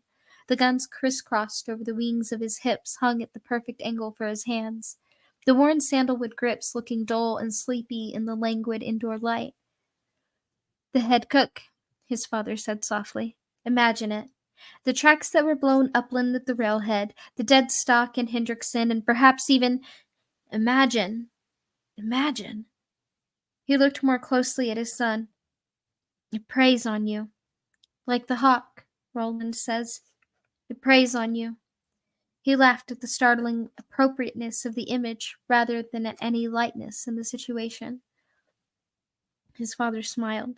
Yes, Roland said. I guess it preys on me. Cuthbert was with you, his father said. He will have told his father by now. Yes. He fed both of you in court. Yes. And Cuthbert, does it prey on him, do you think? I don't know. Nor did he care. He was not concerned with how his feelings compared with those of others. It preys on you because you feel you've caused a man's death. Roland shrugged unwillingly, all at once not content with this probing of his motivations. Yet you told. Why? The boy's eyes widened. How could I not? Treason was... His father waved a hand curtly. If you did it for something as cheap as a schoolbook idea, you did it unworthingly. I would rather see all of Taunton poisoned. I didn't. The words jerked out of him violently. I wanted to kill him. Both of them. Liars. Black liars. Snakes. They... Go ahead. They hurt me, he finished defiantly. They changed something, and it hurt. I want to kill them for it. I wanted to kill them right there. His father nodded. That's crude, Roland, but not unworthy. Not moral either, but it's not your place to be moral. In fact, he peered at his son, morals may always be beyond you. You are not quick, like Cuthbert or Vinay's boy. That's all right, though. It will make you formidable. The boy felt both pleased and troubled by this. He'll hang. The boy nodded. I want to see it. The elder Deshane threw his head back and roared laughter. Not as formidable as I thought. Or perhaps just stupid. He closed his mouth abruptly. An arm shot out and grabbed the boy's upper arm painfully. Roland grimaced, but didn't flinch. His father peered at him steadily, and the boy looked back, although it was more difficult than hooting the hawk had been. All right, he said. The May, and turned abruptly to go. Father? What? Do you know who they were talking about? Do you know who the good man is? His father turned back and looked at him speculatively. Yes, I think I do. If you caught him, Roland said, in his thoughtful, near-plodding way, no one else like Cook would have to be neck-popped. His father smiled thinly. Perhaps not for a while. But in the end, someone always has to have his or her neck popped, as you so quaintly put it. People demand it. Sooner or later, if there isn't a turncoat, the people make one. Yes, Roland said, grasping the concept instantly. It was one he never forgot. But if you got the good man, no, his father said flatly. Why not? Why wouldn't that end it? For a moment his father seemed on the verge of saying why, but then shook his head. We've talked enough for now, I think. Go out from me. He wanted to tell his father not to forget his promise when the time came for Hax to step through the trap, but he was sensitive to his father's moods. He put his fist to his forehead, crossed one foot in front of the other, and bowed. Then he went out, closing the door quickly. He suspected that what his father wanted now was to fuck. He was aware that his mother and father did that, and he was reasonably well informed as to how it was done, but the mental picture that always condensed with the thought made him feel both uneasy and oddly guilty. Some years later, Susan would tell him the story of Oedipus, and he would absorb it in quiet thoughtfulness, thinking of the odd and bloody triangle formed by his father, his mother, and by Martin, known in some quarters as Farson, the good man. Or perhaps it was a quadrangle, if one wishes to add himself. Gallows Hill was on the Taunton Road, which was nicely poetic. Cuthbert might have appreciated this, but Roland did not. He did not appreciate the splendidly ominous scaffold which climbed into the brilliantly blue sky, an angular silhouette which overhung the coach road. The two boys had been let out of morning exercises. Court had read the notes from their fathers laboriously, lips moving, nodding here and there. When he finished with them, he carefully put the papers away in his pocket. Even here in Gilead, paper was easily as valuable as gold. When these two sheets of it were safe, he looked up at the blue-violet dawn sky and nodded again. "Wait here," he said, and went toward the leaning stone hut that served him as living quarters. He came back with a slice of rough, unleavened bread, broke it in two, and gave half to each. "When it's over, each of you will put this beneath his shoes. Mind, do exactly as I say, or I'll clout you into next week." They had not understood until they arrived, riding double on Cuthbert's gelding. They were the first fully 2 hours ahead of anyone else, and 4 hours before the hanging, so Gallows Hill stood deserted, except for the rocks and ravens. The birds were everywhere. They roosted noisily on the hard, jutting bar that overhung the trap. The armature of death. They sat in a row along the edge of the platform. They jostled for position on the stairs. "They leave the bodies," Cuthbert muttered, "for the birds." "Let's go up," Roland said. Cuthbert looked at him with something like horror. "Up there? Do you think—" Roland cut him off with a gesture of his hand. "We're years early. No one will come." "All right." They walked slowly toward the gibbet, and the birds took wing, crawling and circling like a mob of angry, dispossessed peasants. Their bodies were flat black against the pure dawn light of the in-world sky. For the first time, Roland felt the enormity of his responsibility in the matter. This wood was not noble, nor part of the awesome machine of civilization, but merely warped pine from the forest of Berny, covered with splattered white bird droppings. It was splashed everywhere, stairs, railing, platform, and it stank. The boy turned to Cuthbert with startled, terrified eyes, and saw Cuthbert looking back at him with the same expression. "I can't," Cuthbert whispered. "Ro, I can't watch it." Roland shook his head slowly. There was a lesson here, he realized.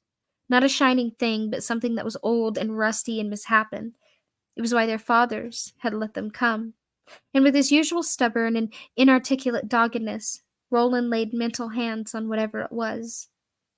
"You can, Bert." "I won't sleep tonight if I do." "Then you won't," Roland said, not seeing what that had to do with it. Cuthbert suddenly seized Roland's hand and looked at him with the same mute agony that Roland's own doubt came back, and he wished sickly that he had never gone to the West Kitchen that night. His father had been right. Better to not know. Better every man, woman, and child in Taunton dead and stinking than this. But still, whatever the lesson was, rusty, whatever half-buried thing with sharp edges, he would not let it go or give up his grip on it. "Let's not go up," Cuthbert said. "We've seen everything." And Roland nodded reluctantly. Feeling his grip on that thing, whatever it was, weaken. Court, he knew, would have knocked them both sprawling and then forced them up to the platform step by cursing step, and sniffing fresh blood back up their noses and down their throats like salty jam as they went. Court would probably have looped new hemp over the yardam itself and put the noose around each of their necks in turn.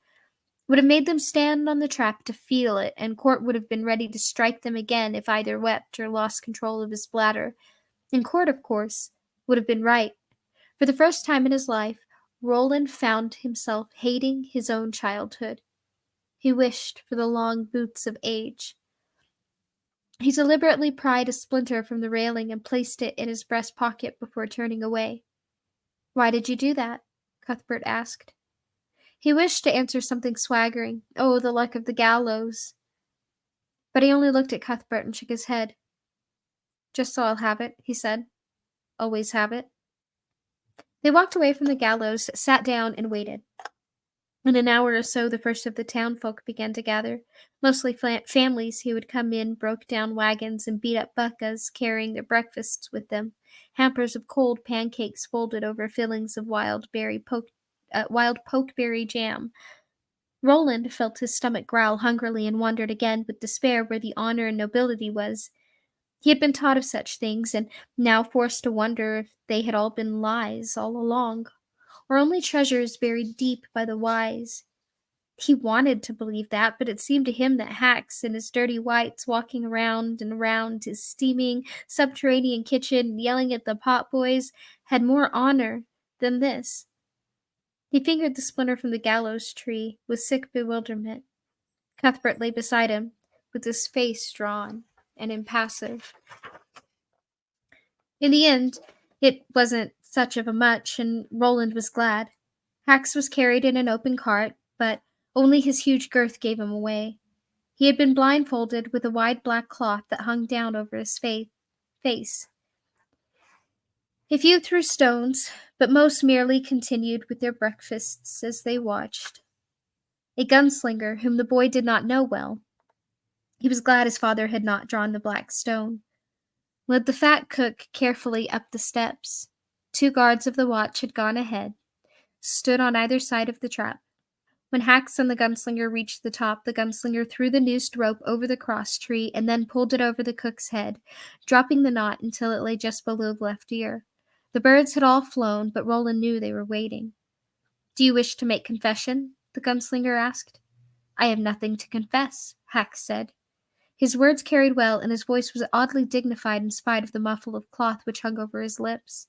The cloth ruffled slightly in the faint, pleasant breeze that had blown up.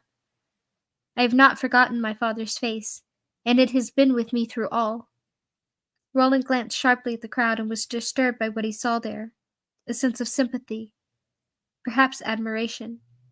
He would ask his father, when traitors are called heroes or heroes traitors, he supposed, in his frowning way, dark times must have fallen.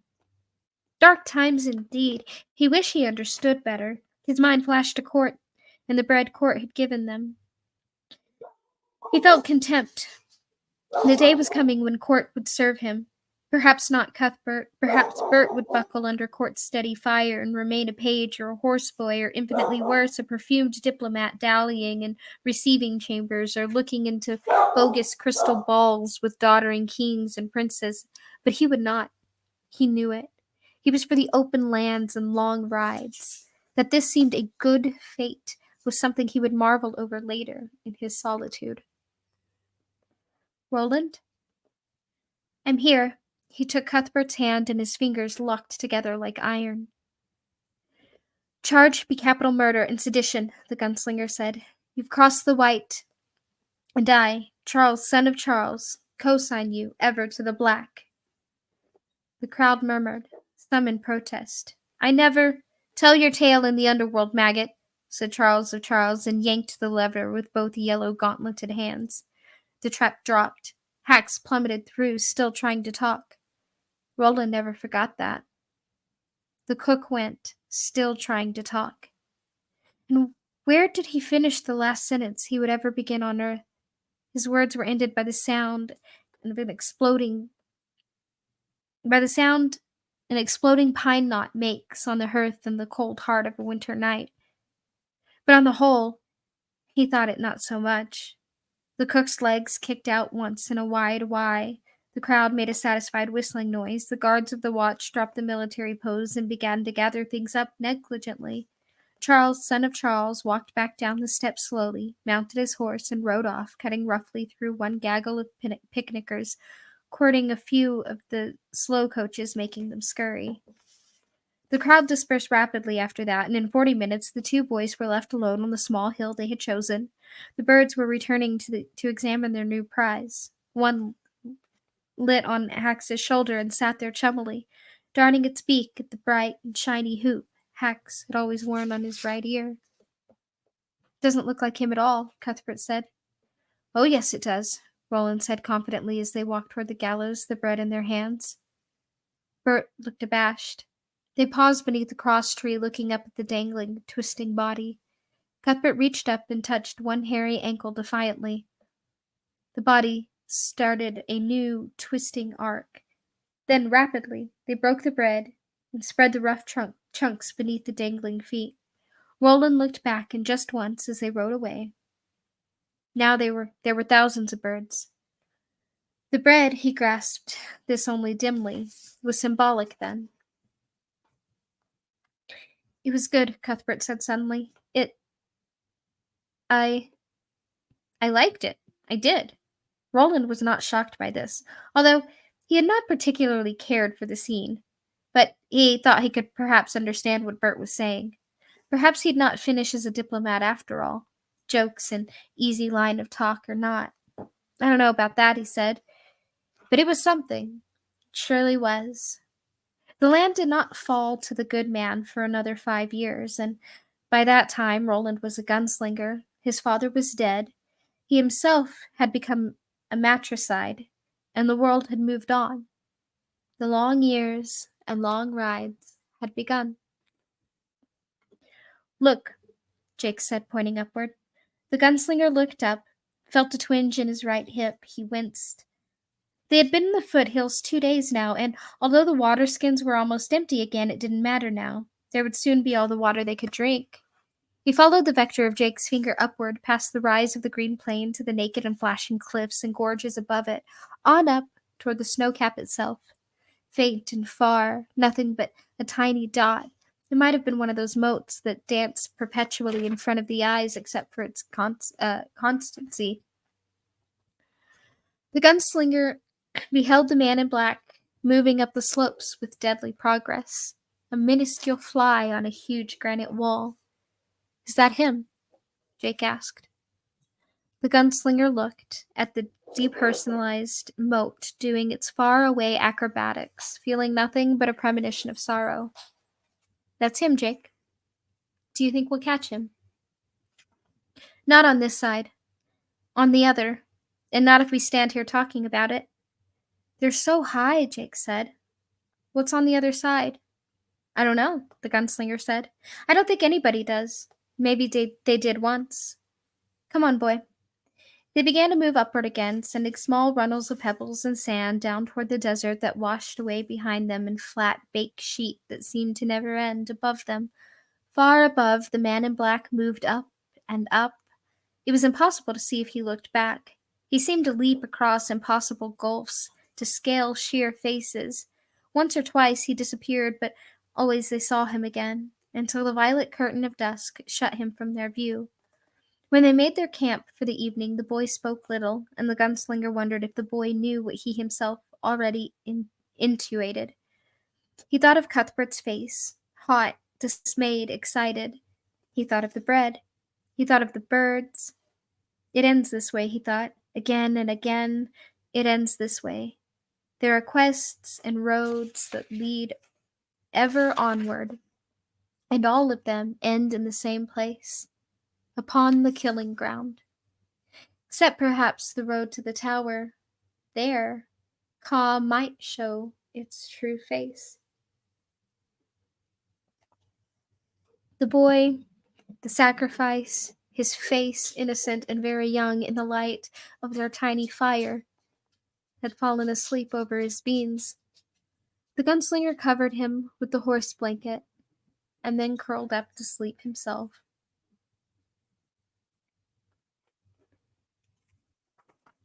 Chapter 3. Here's why I'm going to go ahead and read Chapter 3. Because if I do that,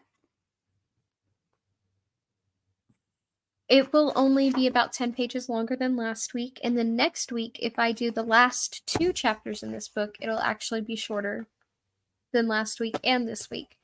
And then we can get to book 2. So, I'm going to go ahead and read Chapter 3, The Oracle and the Mountains. The boy found the oracle, and it almost destroyed him. Some thin instinct brought the gunslinger up from sleep to the velvet darkness which had fallen on them at dusk. That had been when he and Jake reached the grassy, nearly level oasis above the first rise of the tumbled foothills. Even on the hard scrabble below, where they had toiled and fought for every foot in the killer sun, they had been able to hear the sound of crickets rubbing their legs seductively together in the perpetual green of willow groves above them. The gunslinger remained calm in his mind, and the boy had kept up at least the pretense of a facade, and that had made the gunslinger proud. But Jake hadn't been able to hide the wildness in his eyes, which were white and starry, the eyes of a horse scenting water and held back from bolting only by the tenuous chain of its master's mind, like a horse at the point where only understanding, not the spur, could hold it steady. The gunslinger could gauge the need in Jake by the madness, the sounds of the crickets bred in his own body. His arms seemed to seek out shade to scrape on, and his knees seemed to beg to be ripped in tiny, maddening, salty gashes. The sun trampled them all the way, even when it turned a swollen, feverish red with the sunset. It shone perversely through the knife cut in the hills off to their left, blinding them and making every teardrop of sweat into a prism of pain. And then there was sawgrass. At first, only yellow scrub clinging with gruesome vitality to the bleak soil where the last of the runoff reached. Further up, there was witchgrass, first sparse, then green and rank, then the sweet smell of real grass mixed with timothy and shaded by the first of the dwarfed firs. There, the gunslinger saw an arc of brown moving in the shadows. He drew, fired, and felled the rabbit all before Jake could begin to cry out his surprise. A moment later, he had reholstered the gun. "Here," the gunslinger said. Up ahead, the grass deepened into a jungle of green willows that was shocking after the parched sterility of the endless hardpans. There would be a spring, perhaps several of them, and it would be even cooler, but it was better out here in the open. The boy had pushed every step he could push, and there might be sucker bats in the deeper shadows of the grove. The bats might break the boy's sleep, no matter how deep it was, and if they were vampires, neither of them might awaken. At least, not in this world. The boy said, "I'll get some wood." The gunslinger smiled. "No, you won't. Sit yourself, Jake." Whose phrase had that been? Some woman. Susan? He couldn't remember. Time's the thief of memory. That one he knew. That one had been Vinay's. The boy sat. When the gunslinger got back, Jake was asleep in the grass. A large praying mantis was performing absolutions on the springy stem of the kid's cowlick. The gunslinger snorted laughter, the first in God's knew how long, and set the fire, and went after water. The willow jungle was deeper than he had suspected and confusing in the failing light, but he found a spring richly guarded by frogs and peepers. He filled one of the water skins and paused. The sound that filled the night awoke an uneasy sensuality in him, a feeling that not even Allie, the woman he had bedded with in Tull, had been able to bring out. Too much of his time with Allie had been business. He chalked it up to the sudden blinding change from the desert. After all those miles of bleak hardpan and softness of the dark seemed nearly decadent. He returned to the camp and skinned the rabbit while water boiled over the fire. Mixed with the last of their canned veg, the rabbit made an excellent stew. He woke Jake and watched him as he ate, bleary but ravenous. "We stay here tomorrow," the gunslinger said. "But that man you're after, that priest, he's no priest, and don't worry, he'll keep." "How do you know that?" The gunslinger could only shake his head. The intuition was strong in him, but it was not a good intuition. After the meal, he rinsed the cans from which they had eaten, marveling again at his own water extravagance, and when he turned around, Jake was asleep again. The gunslinger felt the now familiar rising and falling in his chest that he could only identify with Cuthbert. Cuthbert had been Roland's own age, but he had seemed so much younger. His cigarette dropped toward the grass, and he tossed it into the fire. He looked at it. The clear yellow burned so different, so much cleaner from the way the double grass burned. The air was wonderfully cool, and he lay down with his back to the fire. Far away, through the gash that led the way into the mountains, he heard the thick mouth of perpetual thunder. He slept and dreamed. Susan Delgado, his beloved, was dying before his eyes. He watched, his arms held by two villagers on each side, his neck dog caught in a huge rusty iron collar. This wasn't the way it had happened. He hadn't even been there, but dreams had their own logic, didn't they? She was dying. He could smell her burning hair, could hear their cries of "Char you tree," and he could see the color of his own madness. Susan, lovely girl at the window, horseman's daughter, how she had flown across the drop, her shadow, that of a horse and girl merged, a fabulous creature out of an old story, something wild and free, how they had flown together in the corn. Now they were flinging corn husks at her, and the husks caught fire even before they caught in her hair. Char you tree, they cried, these enemies of light and love, and somewhere the witch was cackling. Rhea, that was the witch's name, and Susan was turning black in the flames, her skin cracking open, and what was she screaming? The boy, she was screaming, Roland, the boy! He whirled, pulling his captors with him. The collar ripped at his neck, and he heard the hitching, strangled sounds that were coming from his own throat. There was a sickish, sweet smell of barbecuing meat on the air. The boy was looking down at him from a window high above the funeral pyre, the same window where Susan, who had taught him to be a man, had once sat and sung the old song, Hey Jude, and Ease on Down the Road, and Careless Love. He looked out the window like the statue of an old alabaster saint in a cathedral. His eyes were marble.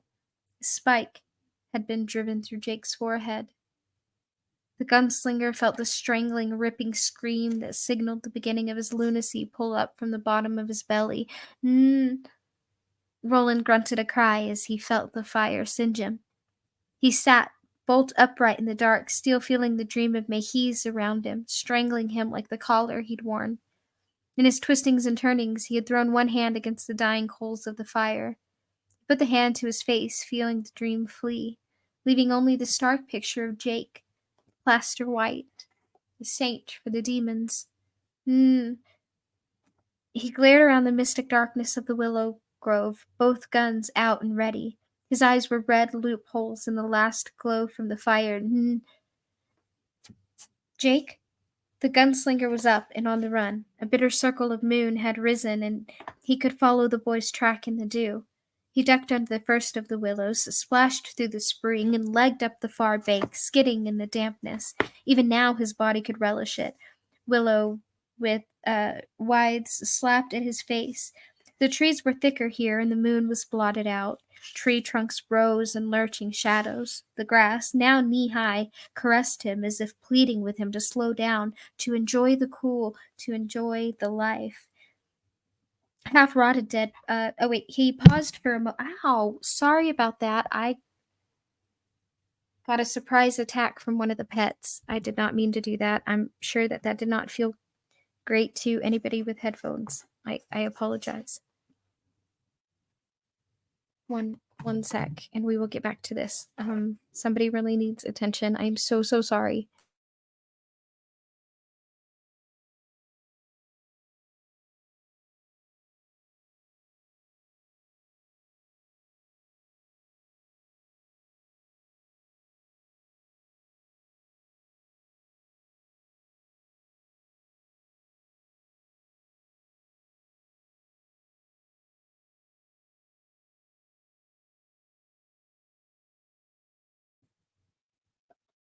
Right, we are back. The puppy, I'm still training him that he can't use his teeth all the time. But anyway, he got something stuck, and when he wants my attention, he'll come pull on my pants or my leggings. And he caught a little bit of skin that time. I apologize. Anyway, where were we?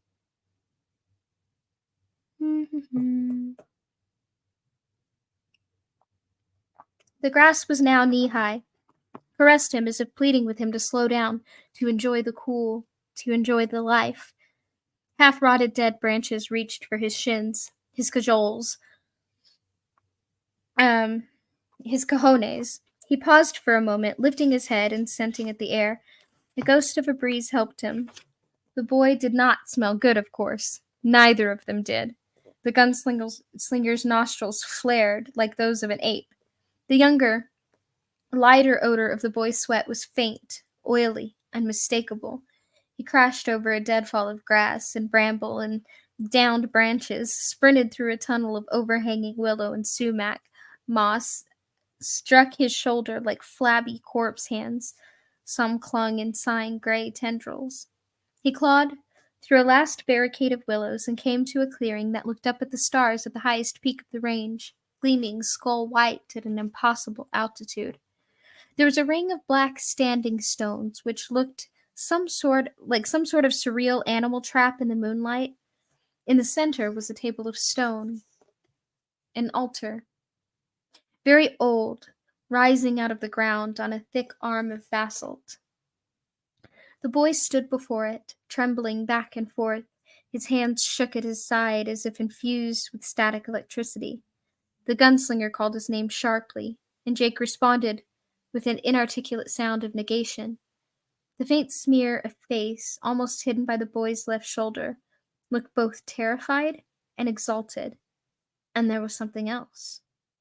The gunslinger stepped inside the ring, and Jake screamed, recoiling and throwing up his arms. Now his face could be seen clearly. The gunslinger read fear and terror, at war with some excruciating pleasure. The gunslinger felt it touch him. The spirit of the oracle, the succubus. His loins were suddenly filled with light, a light that was soft and yet hard. He felt his head twisting and his tongue thickening and becoming sensitive to even the spittle that coated it. He didn't think about what he was doing when he pulled the half-rotted jawbone from the pocket where he had carried it since he found it in the lair of the speaking demon at the way station. He didn't think, but it had never frightened him to operate on pure instinct. That had ever been the best and truest place for him. He held the jawbone frozen, prehistoric grin up before his eyes, holding his other arm out stiffly, first and last fingers poked out in the ancient forked sign. The ward against the evil eye. The current of sensuality was whipped away from him like a drape. Jake screamed again. The gunslinger walked to him and held the jawbone in front of Jake's warring eyes. See this, Jake? See it very well. What came in response was a wet sound of agony. The boy tried to pull his gaze away and could not. For a moment it seemed that he might be pulled apart, mentally if not physically. Then suddenly, both eyes rolled up to the whites, and Jake collapsed. His body struck the earth limply, one hand almost touching the squat basalt arm that supported the altar. The gunslinger dropped to one knee and picked him up. He was amazingly light, as dehydrated as a November leaf from their long walk through the desert. Around him, Roland could feel the presence that dwelt in the circle of stones, whirring with a jealous anger. Its prize was being taken from it. Once the gunslinger passed out of the circle, the sense of frustrated jealousy faded quickly. He carried Jake back to their camp. By the time they got there, the boy's twitching unconsciousness had become deep sleep. The gunslinger paused for a moment above the gray ruin of the fire. The moonlight on Jake's face reminded him again of a church saint, alabaster purity, all unknown. He hugged the kid and put a dry kiss on his cheek, knowing that he loved him. Well, maybe that wasn't quite right. Maybe the truth was that he loved the kid from the first moment he'd seen him, as he had Susan Delgado, and was only now allowing himself to recognize the fact, for it was a fact. And it seemed that he could almost feel the laughter from the man in black, someplace far above them. Jake calling him. That was how the gunslinger awoke. He tied Jake firmly to one of the tough bushes that grew nearby, and the boy was hungry and upset. By the sun, it was almost 9:30. "Why'd you tie me up?" Jake said indignantly as the gunslinger loosened the thick knots in the blanket. "I wasn't going to run away." "You did run away," the gunslinger said, and the expression on Jake's face made him smile. "I had to go out and get you. You were sleepwalking." "I was?" Jake looked at him suspiciously. "I never did anything like that The gunslinger suddenly produced the jawbone and held it in front of Jake's face. Jake flinched away from it, grimacing and raising his arm. See? Jake nodded, bewildered. What happened? We don't have time to palaver now. I have to go off for a while. I may be gone for a whole day, so listen to me, boy. It's important. If sunset comes and I'm not back... Fear flashed on Jake's face. You're leaving me? The gunslinger only looked at him. No, Jake said after a moment. I guess if you were going to leave me, you already would have. That's using your head. Now listen and hear me very well. I want you to stay here while I'm gone. Right here in camp. Don't stray. Even if it seems like the best idea in the world. And even if you feel strange, funny, in any way, you pick up this bone and you hold it in your hands. Hate and disgust crossed Jake's face, mixed with bewilderment. I just couldn't. You can. You may have to, especially after midday. It's important. You may feel pukey or headachy when you first lay hold of it, but that'll pass. Do you understand? Yes. And will you do what I say? Yes, but why do you have to go away? Jake burst out. I just do. The gunslinger caught another fascinating glimpse of the steel that lay under the boy's surface, as enigmatic as the story he had told about coming from a city where the buildings were so tall they actually scraped the sky. It wasn't Cuthbert, the boy reminded him of, so much as his other close friend, Elaine.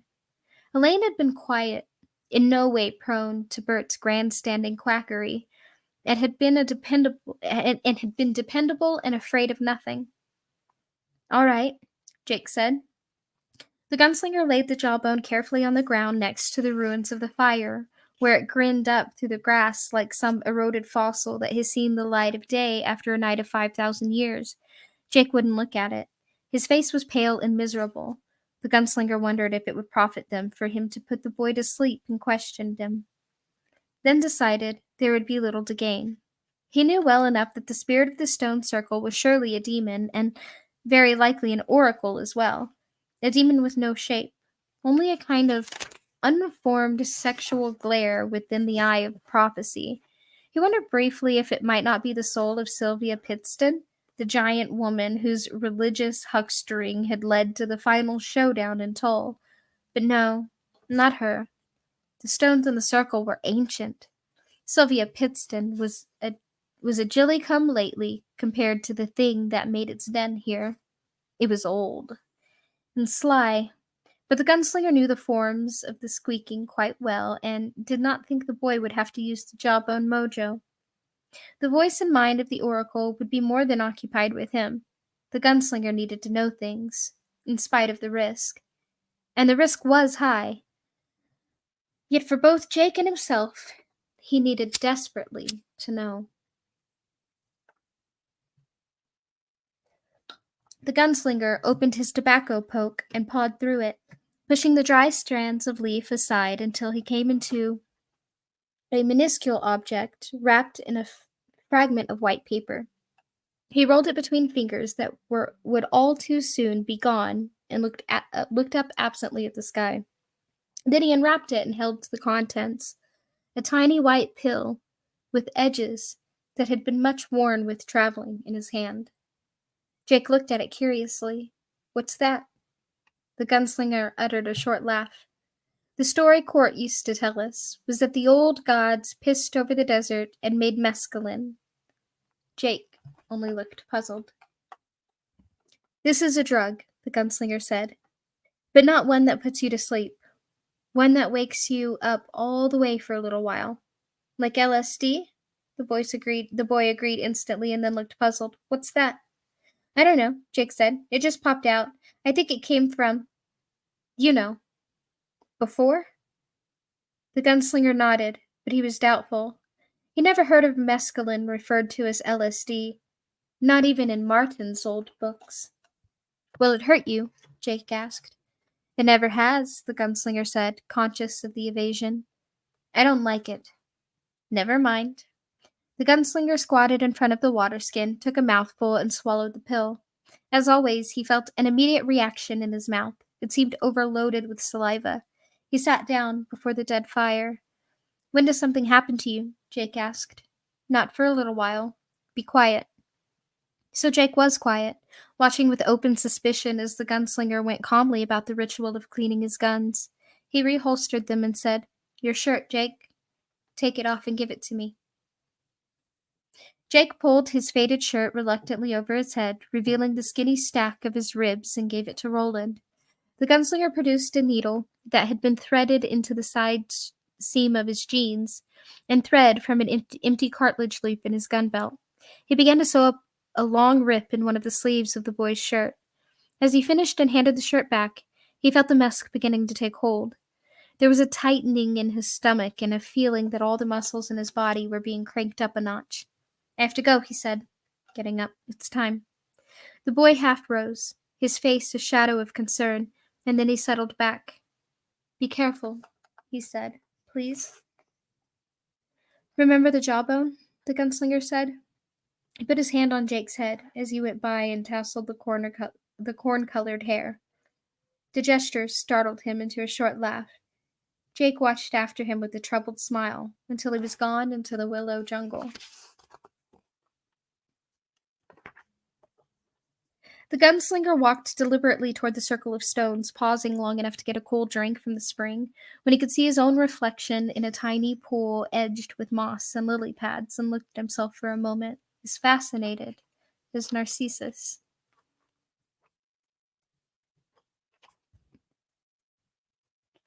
Hold on, I was just looking ahead at something. Okay. Fascinated as Narcissus. Where was that? Okay, the mind reacting was beginning to settle in, slowing down his chain of thought by seeming to increase the connotations of every idea and every bit of sensory input. Things began to take on weight and thickness that had been hitherto invisible. He paused, getting to his feet again, and looked through the tangled snarl of willows. Sunlight slanted through in a golden dusty bar, and he watched the interplay of motes and tiny flying things and for a bit before going on.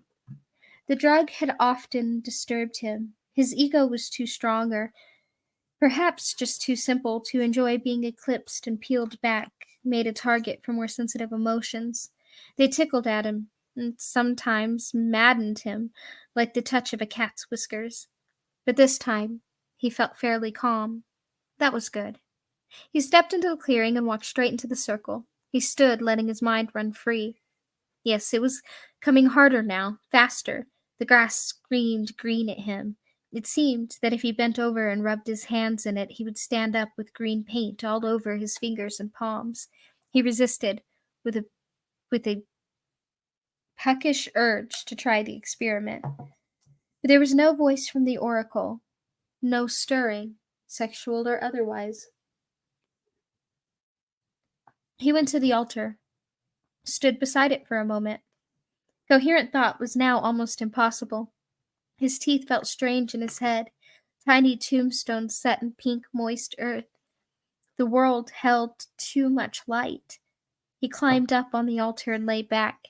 His mind was becoming a jungle full of strange thought plants that he had never seen or suspected before. A willow jungle that had grown up around a mescaline spring. The sky was water, and he hung suspended over it. The thought gave him a vertigo that seemed far away and unimportant. A line of old poetry occurred to him. Not a nursery voice. Now. No. His mother had feared the drugs and the necessity of them, as she had feared court and the need for his beater of boys. This verse came from the Mani folk to the north of the desert, a clan of them still living among machines that usually didn't work, and which sometimes ate the men when they did.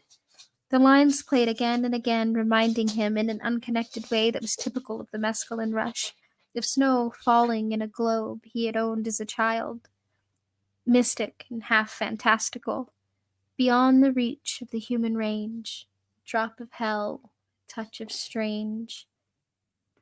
The trees which overhung the altar contained faces. He watched them with abstracted fascination.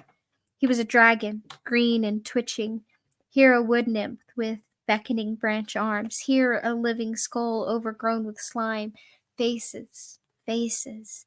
The grasses of the clearing suddenly whipped and bent. I come, I come.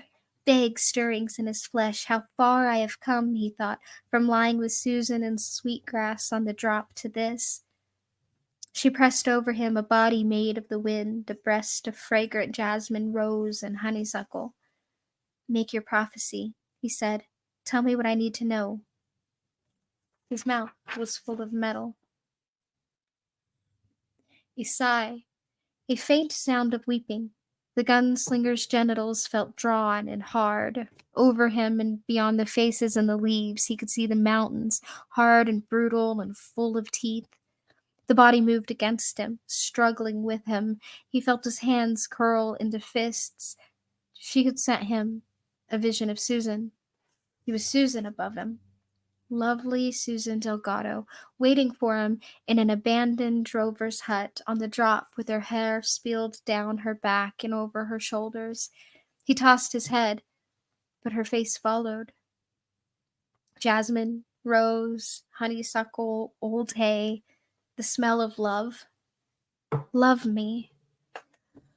Speak prophecy, he said. Speak truth. Please, the oracle wept. Don't be cold. It's always so cold here. Her hands slipping over his flesh, manipulating, lighting him on fire, pulling him, drawing him, a perfumed black crevice, wet and warm. No. Dry. Cold. Sterile. Sterile. Have a touch of mercy, Gunslinger. Oh, please, I cry your father, mercy. Would you have mercy on the boy? What boy? I know no boy. It's not boys I need. Oh, please. Jasmine, rose, honeysuckle, dry hay with its ghost of summer clover, oil decanted from the ancient urns, a riot for flesh. After, he said, if what you tell me is useful. Now, please, now. He let his mind coil out at her, the antithesis of emotion. The body that hung over him froze and seemed to scream. There was a brief, vicious tug of war between his temples. His mind was rope, gray and fibrous. For long moments there was no sound but the quiet hush of his breathing and the faint breeze which made the green faces in the trees shift, wink, and grimace. No bird sang. Her hold loosened. Again there was the sound of sobbing. It would have to be quick, or she would leave him. To stay now meant attenuation, perhaps her own kind of death. Already he felt her chilling, drawing away to leave the circle of stones. Wind rippled through the grass in tortured patterns. Prophecy, he said, and then an even bleaker noun. Truth. A weeping, tired sigh. He could almost have granted the mercy she begged, but there was Jake. He would have found Jake dead or insane if he had been any later last night. Sleep then. No. Then half sleep. When she asked what was dangerous, but also probably necessary, the gunslinger turned his eyes up to the faces in the leaves. A play was being enacted there for his amusement. Worlds rose and fell before him. Empires were built across shining sands where forever machines toiled in abstract electronic frenzies. Empires declined, fell, and rose again. Wheels that had spun like silent liquid moved more slowly, began to squeak, began to scream, stopped. Sand choked the stainless steel gutters of the concentric streets below, dark skies full of stars like beds of cold jewels. And through it all, the dying wind of change blew, bringing with it the cinnamon smell of late October. The gunslinger watched as the world moved on, and half slept. 3. This is the number of your fate. 3. Yes. 3? Yes. 3 is mystic. 3 stands at the heart of your quest. Another number comes later. Now the number is 3. Which 3? We see in part, and thus in the mirror of prophecy darkened. Tell me what you can. The first is young, dark-haired. He stands on the brink of robbery and murder. A demon has infested him. The name of the demon is heroin. Which demon is that? I know it not, even from my tutor's lessons. We see in part, and thus in the mirror of prophecy darkened. There are other worlds, Gunslinger, and other demons. These waters are deep.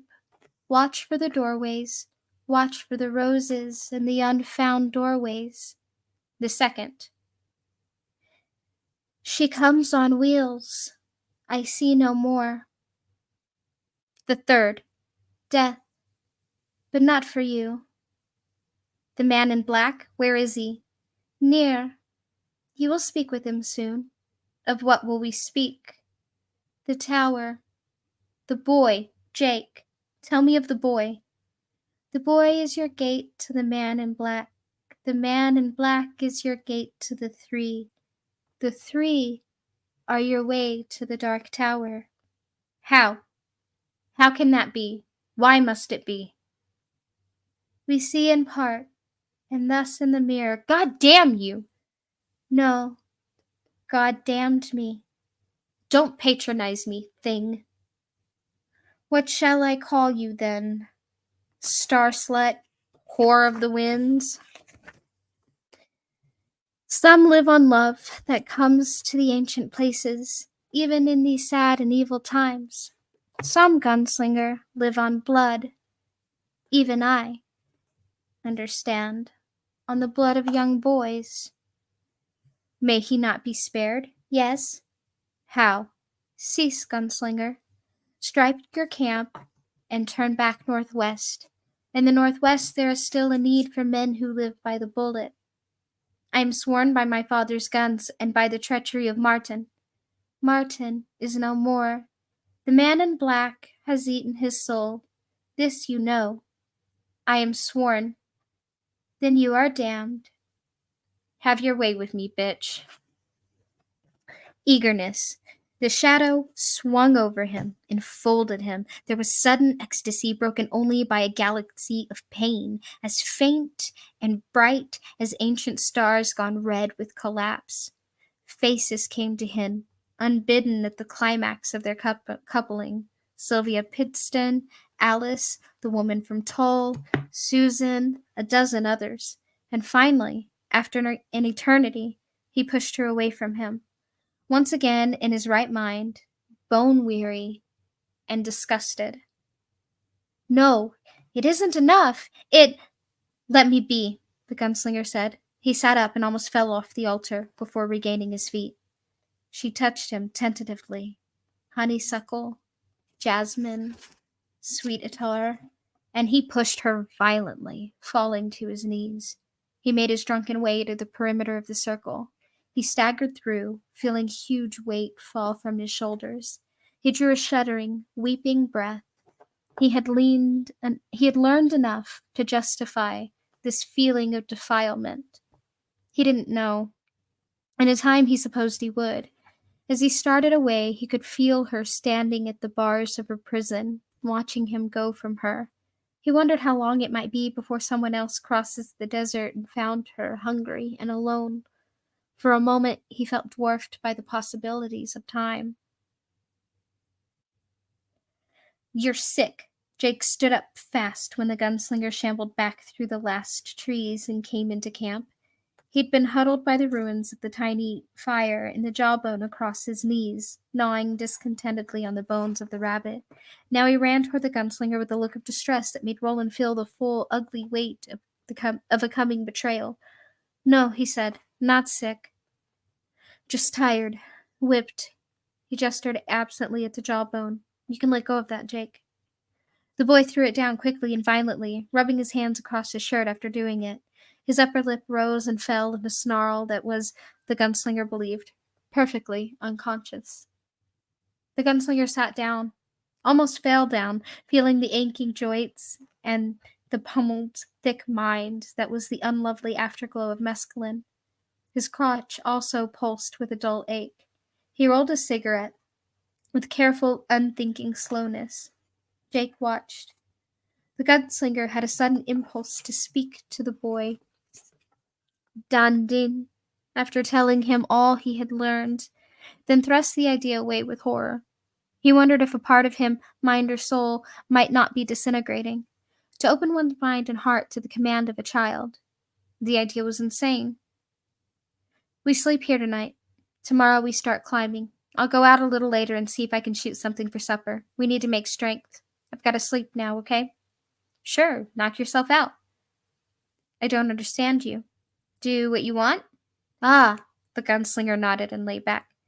Knock myself out, he thought. Knock myself out. When he woke up, the shadows were long across the small grass clearing. Build up the fire, he told Jake and tossed him his flint and steel. Can you use that? Yes, I think so. The gunslinger walked toward the willow grove and then stopped at the sound of the boy's voice. Stopped dead. Spark of dark, where's my sire? The boy murmured. Roland heard the sharp ch-ch-ch to the flint. Sounded like the cry of a small mechanical bird. Will I lay me, will I stay me? Bless this camp with fire. Picked it up from me, the gunslinger thought, not in the least surprised to discover he was all over goosebumps and on the verge of shivering like a wet dog. Picked it up from me. Words I don't even remember saying. And will I betray such? Ah, Roland, will thee betray such true thread as this in a sad, unthreaded world? Could anything justify it? 'Tis just words. Aye, but old ones. Good ones. Roland, the boy called. Are you all right? Yar, he said gruffly, and the tang of smoke stung faintly in his nose. These made fire? Yes, the boy said simply, and Roland did not need to turn to know the boy was smiling. The gunslinger got moving and bore left, this time skirting the willow grove. At a place where the ground opened up and out and upward and in heavy open grass, he stepped back into the shadows and stood silently. Faintly, clearly, he could hear the crackle of the campfire Jake had rekindled. The sound made him smile. He stood without moving for 10 minutes, 15, 20. 3 rabbits came, and once they were at Sylphley, and the gunslinger pulled leather. He took them down, skinned them, gutted them, and brought them back to camp. Jake had water already streaming over the low flames. The gunslinger nodded to him. It's a good piece of work. Jake flushed with pleasure and silently handed back the flint and steel. While the stew cooked, the gunslinger used the last of the light to go back into the willow grove. Near the first pool, he began to hack at the tough vines that drew near the water's marshy verge. Later, as the fire burned down to coals and Jake slept, he would plait them into ropes that might be of some limited use later. But his intuition was that the climb would not be a particularly difficult one. He felt Ka at work on the surface of things and no longer even considered it odd. The vines bled green sap over his hands as he carried them back to where Jake waited. They were up with the sun and packed in half an hour. The gunslinger hoped to shoot another rabbit in the meadow as they fed, but time was short and no rabbit showed itself. The bundle of their remaining food was now so small and light that Jake carried it easily. He had toughened up, this boy. You could see it. The gunslinger carried their water freshly drawn from one of the springs. He looped his 3 vine ropes around his belly. They gave the circle of stones a wide berth. The gunslinger was afraid the boy might feel a recurrence of fear, but when they passed above it on a stony rise, Jake only offered it a passing glance, and then looked at a bird that hovered upwind. Soon enough the trees began to lose their height and lushness. Trunks were twisted, and roots seemed to struggle with the earth in a tortured hunt for moisture. It's all so old, Jake said glumly when they paused for a rest. Isn't there anything young in this world? The gunslinger smiled and gave Jake an elbow. You are, he said. Jake responded with a wan smile. Will it be hard to climb? The gunslinger looked at him, curious. The mountains are high. Don't you think it will be hard to climb? Jake looked back at him, eyes clouded, puzzled. No. They went on. The sun climbed to its zenith, seemed to hang there more briefly than it ever had during the desert crossing, and then passed on, returning them their shadows. Shelves of rock protruded from the rising land like arms of giant easy chairs buried in the earth. The scrub grass turned yellow and sere. Finally, they were faced with a deep, chimney like crevice in their path, and they scaled a short, peeling rise of rock to get around and above it. The ancient granite had faulted on lines that were step like, and as they both had intuited, the beginning of their climb, at least, was easy. They paused on the 4 foot wide. Hold on one sec. So sorry. One sec. Being interrupted again.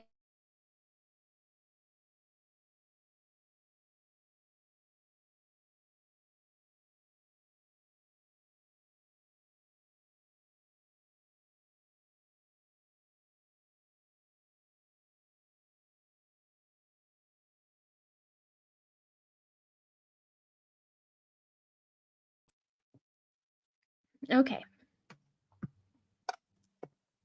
They paused on the 4 foot wide scarp at the top and looked back over the land to the desert, which curled around the upland like a huge yellow paw. Further off, it gleamed at them in a white shield that dazzled the eye, receding into dim waves of rising heat. The gunslinger felt faintly amazed at the realization that this desert had nearly murdered him. From where they stood, in new coolness, the desert certainly appeared momentous, but not deadly. They turned back to the business of the climb, scrambling over jackstraw falls of rock and crouch walking up inclined planes of stone shot with glitters of quartz and mica. The rock was pleasantly warm to touch, but the air was definitely cooler. In the late afternoon, the gunslinger heard the faint sound of thunder. The rising line of the mountains obscured the side of the rain on the other side, however. When the shadows began to turn purple, they camped in the overhang of a jutting brow of rock. The gunslinger anchored their blanket above and below, fashioning a kind of shanty lean-to. They sat at the mouth of it, watching the sky spread a cloak over the world. Jake dangled his feet over the drop. The gunslinger rolled his evening smoke and eyed Jake half humorously. "Don't roll over in your sleep," he said, "or you may wake up in hell." "I won't," Jake replied seriously. "My mother says—" He broke it off. "She says what?" "That I sleep like a dead man," Jake finished.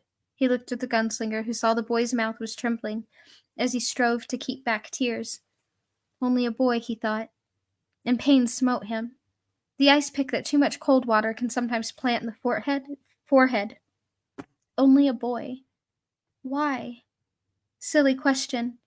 When a boy wounded in a body or spirit called the question out to court, that ancient scarred battle engine whose job it was to teach the sons of gunslingers the beginning of what they had to know, court would answer, "Why is a crooked letter and can't be made straight? Never mind why. Just get up and push ahead. Get up. The day's young." "Why am I here?" Jake asked. "Why did I forget everything from before?" "Because the man in black has drawn you here," the gunslinger said, "and because of the tower. The tower stands at kind of a power nexus in time." "I don't understand that." "Nor do I," the gunslinger said. "But something has been happening. Just in my own time. The world has moved on, we say. We've always said. But it's moving on faster now. Something has happened to time. It's softening." They sat in silence. A breeze, faint but with an edge, picked at their legs. Somewhere it made a hollow in the rock fissure. "Where do you come from?" Jake asked. "From a place that no longer exists." "Do you know the Bible?" "Jesus and Moses? Sure." The gunslinger smiled. "That's right. My land had a biblical name. New Canaan, it was called, the land of milk and honey. In the Bible's Canaan, there were supposed to be grapes so big that men had to carry them on sledges. We didn't grow them that big, but it was sweet land." "I know about Ulysses," Jake said hesitantly. "Was he in the Bible?" "Maybe," the gunslinger said. I was never a scholar of it and can't say for sure. But the others, your friends? No others, the gunslinger said. I am the last. The tiny wasted moon began to rise, casting its stilted gaze down into the tumble of rocks where they sat. Was it pretty? Your country? Your land? It was beautiful, the gunslinger said. There were fields and forests and rivers and mists in the morning. But that's only pretty. My mother used to say that the only real beauty is order and love and light. Jake made a non-committal noise. The gunslinger smoked and thought of how it had been. The nights in the huge central hall, hundreds of richly clad figures moving through the slow, steady waltz steps or the faster, light ripples of the pole cam. Eileen Ritter on his arm, the one his parents had chosen for him, he supposed, her eyes brighter than the most precious gems, the light of the crystal-enclosed spark lights shining in the newly done hair of the courtesans and their half-cynical amours. The hall had been huge, an island of light whose age was beyond telling, as was the whole central place, which was made up of nearly 100 stone castles. It had been unknown years since he had seen it, and leaving for the first time, Roland had ached as he turned his face away from it and began his first cast for the trail of the man in black. Even then the walls had fallen. Weeds grew in the courtyards, bats roosted among the great beams of the central hall, and the galleries echoed with soft swoop and whisper of swallows. The fields where Court had taught them archery and gunnery and falconry were gone to hay and timothy and wild vines. In the huge kitchen where Hax had once held his fuming and aromatic court, a grotesque colony of slow mutants nested, peering at him from the merciful darkness of pantries and shadowed pillars. The warm steam that had been filled with the pungent odors of roasting beef and pork had changed to the clammy damp of moss. Giant white toadstools grew in corners where not even the slow muties dared to encamp. The huge oak subcellar bulkhead stood open, and the most poignant smell of all had issued from that. An odor that seemed to express with a flat finality all the hard facts of dissolution and decay. The high, sharp odor of wine gone to vinegar. It had been no struggle to turn his face to the south and leave it behind. But it had hurt his heart. Was there a war? Jake asked. Even better, the gunslinger said, and pitched the last smoldering ember of his cigarette away. There was a revolution. We won every battle and lost the war. No one won the war, unless maybe it was the scavengers.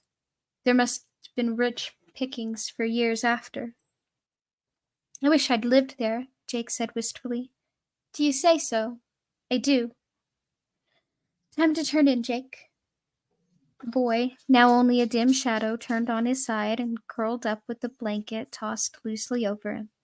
The gunslinger sat sentinel over him for perhaps an hour after, thinking his long, sober thoughts. Such meditation was a novel thing for him, sweet in a melancholy sort of way, but still utterly without practical value. There was no solution to the problem of Jake other than the one the oracle had offered, and turning away was simply not possible. There might have been tragedy in the situation, but the gunslinger did not see that. He saw only the predestination that had always been there. And finally, his more natural character reasserted itself, and he slept deeply, with no dreams. The climb became grimmer on the following day as they continued to angle toward the narrow V of the pass through the mountains. The gunslinger pushed slowly, still with no sense of hurry. The dead stone beneath their feet left no trace of the man in black, but the gunslinger knew he had been this way before them, and not only from the path of his climb as he and Jake had observed him, tiny and bug-like from the foothills. His aroma was printed on every cold down draught of air. It was an oily, sardonic odor, as bitter to the nose as the stench of the devil's grass. Jake's hair had grown much longer, and it curled slightly at the base of his sunburned neck. He climbed, tough, moving with sure-footedness and no apparent acrophobia as they crossed gaps. or scaled their way up ledged facings. Twice already he'd gone up in places the gunslinger could not have managed, and anchored one of the ropes so the gunslinger could climb up hand over hand. The following morning they climbed through a coldly damp snatch of cloud that blotted out the tumbled slopes below them. Patches of hard granulated snow began to appear nestled in some of the deeper pockets of snow. It glittered like quartz, and its texture was as dry as sand. That afternoon, they found a single footprint in one of the snow patches. Jake stared at it for a moment with awful fascination, then looked up frightfully, as if expecting to see the man in black materialize into his own footprint. The gunslinger tapped him on the shoulder, then, and pointed ahead. Go. The day's getting old.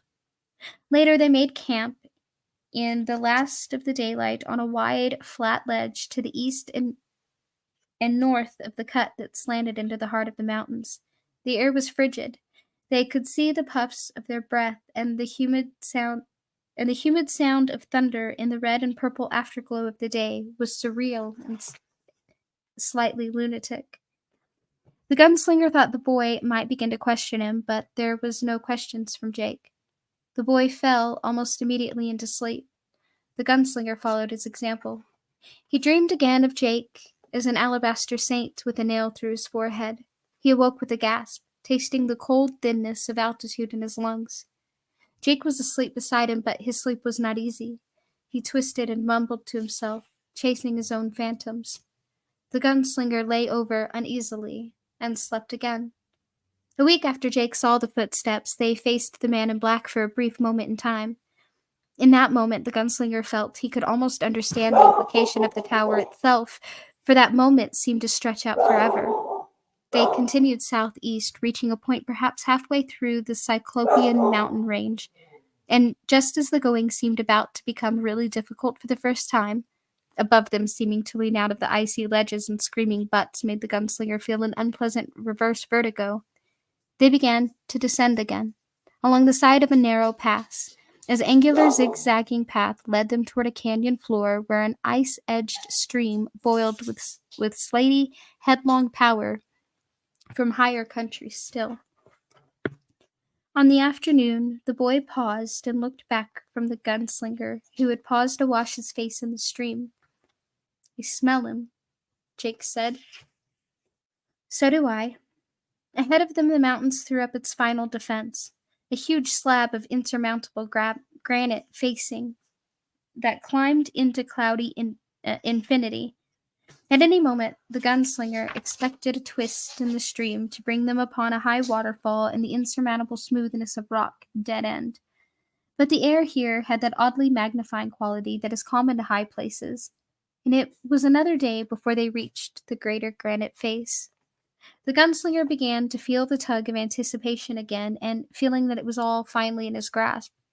He'd been through this before, many times, and still had to fight himself to keep from breaking into an eager trot. "Wait!" The boy had stopped suddenly. They faced a sharp elbow bend in the stream. It boiled and frothed around the eroded hang of a giant sandstone boulder. All that morning they had been in the shadow of the mountains as the canyon narrowed. Jake was trembling violently and his face had gone pale. "What's the matter?" "Let's go back," Jake whispered. "Let's go back quick." The gunslinger's face was wooden. "Please." The boy's face was drawn and his jawline shook with suppressed agony. Through the heavy blanket of stone, they still heard thunder, as steady as machines in the earth. The slice of the sky they could see had itself assumed a turbulent gothic gray. Above them, as warm and cold currents met and warred. "Please, please." The boy raised a fist as if to strike the gunslinger's chest. "No." The boy's face took on wonder. "You're going to kill me. He killed me the first time, and you're going to kill me this time, and I think you know it." The gunslinger felt the lie on his lips, then spoke it. "You'll be all right. And a greater lie yet. I'll take care of you." Jake's face went gray, and he said no more. He put an unwilling hand out, and he and the gunslinger went around the elbow bend that way, hand in hand. On the other side, they came face to face with the final rising wall and the man in black. He stood no more than 20 feet above them, just to the right of the waterfall that crashed and spilled from a huge ragged hole in the rock. Unseen wind rippled and tugged at his hooded robe. He held a staff in one hand. The other hand he held out to him in a mocking gesture of welcome. He seemed a prophet, and below the rushing sky mounted a ledge of rock, a prophet of doom, his voice the voice of Jeremiah. Gunslinger, how well you fulfill the prophecies of old. Good day, and good day, and good day. He laughed and bowed, the sound echoing over the bellow of the falling water. Without a thought, the gunslinger had drawn his pistols. The boy cowered to his right and behind a small shadow. Roland fired 3 times before he could gain control of his traitor hands. The echoes bounced their bronze tones against the rock valley that rose around them over the sound of the wind and water. A spray of granite puffed over the head of the man in black, a second to the left of his hood, a third to the right. He had missed, cleanly, all 3 times. The man in black laughed, a full, hearty laugh that seemed to challenge the receding echo of gunshots. Would you kill all your answers so easily, gunslinger? Come down, the gunslinger said. Do that, I beg you, and we'll have answers all around. Again that huge, derisive laugh. It's not your bullets I fear, Roland. It's your idea of answers that scares me. Come down. We'll speak on the other side, I think, the man in black said. On the other side, we will hold much counsel and long palaver. His eyes flickered to Jake, and he added, just the 2 of us. Jake flinched away from him with a small whining cry, and the man in black turned, his robe swirling in the gray air like a bat wing. He disappeared into the cleft in the rock from which the water spewed at full force. The gunslinger exercised grim will and did not send a bullet after him. Would you kill all your answers so easily, gunslinger? There was only the sound of the wind and water, and a sound that had been in this place of desolation for 1,000 years. Yet the man in black had stood there. 12 years after his last glimpse, Roland had seen him close up again, had spoken to him, and the man in black had laughed. On the other side we will hold much counsel and long palaver.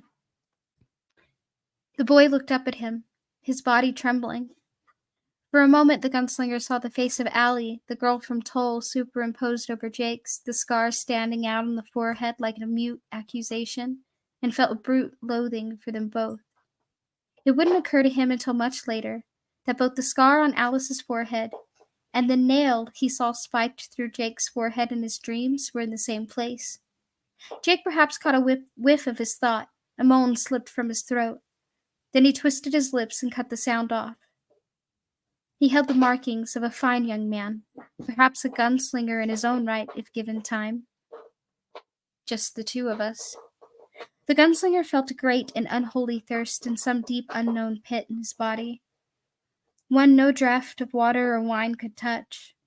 Worlds trembled, almost within reach of his fingers, and in some instinctual way he strove not to be corrupted, knowing in his colder mind that such strife was vain and always would be.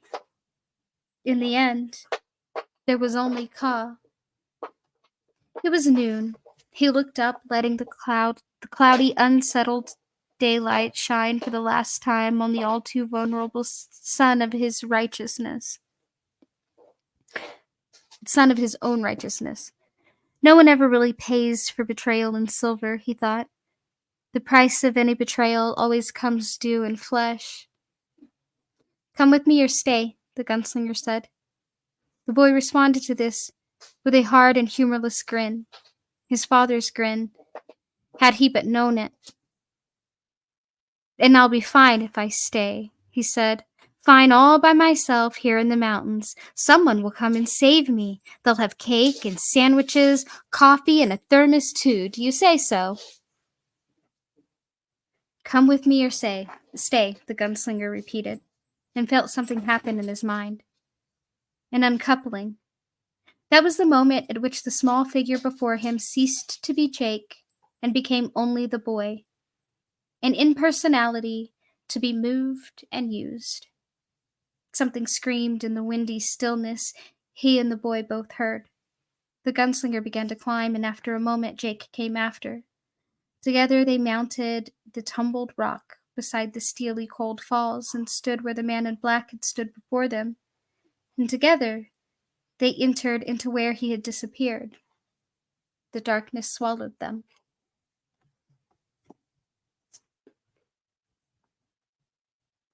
And that was chapters 2 and 3.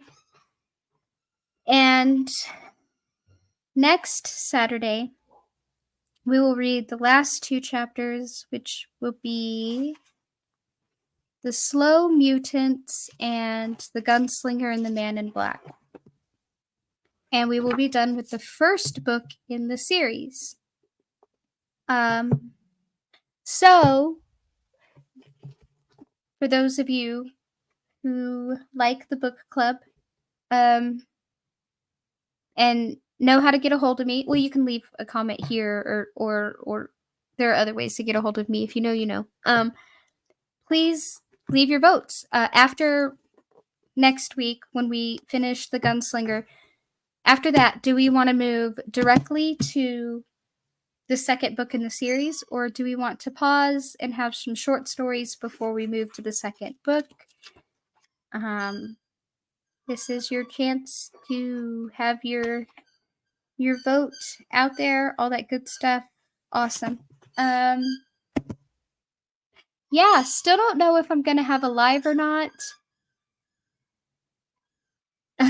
He's going after that toy. I don't know if you can hear it. Still don't know if I'm gonna have a live or not. I don't know.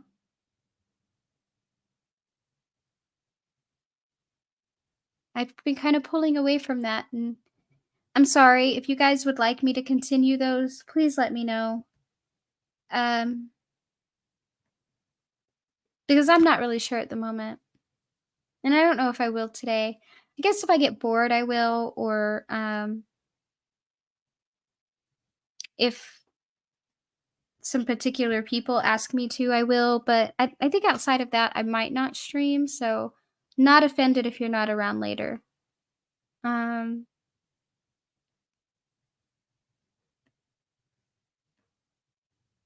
Okay, that's fair, Tobin. That's fair. That is fair. Anyway, thank you for coming, pretty shitty peoples, and we will continue with the Dark Tower series next Saturday. And in case I don't stream, later days, and see you next week.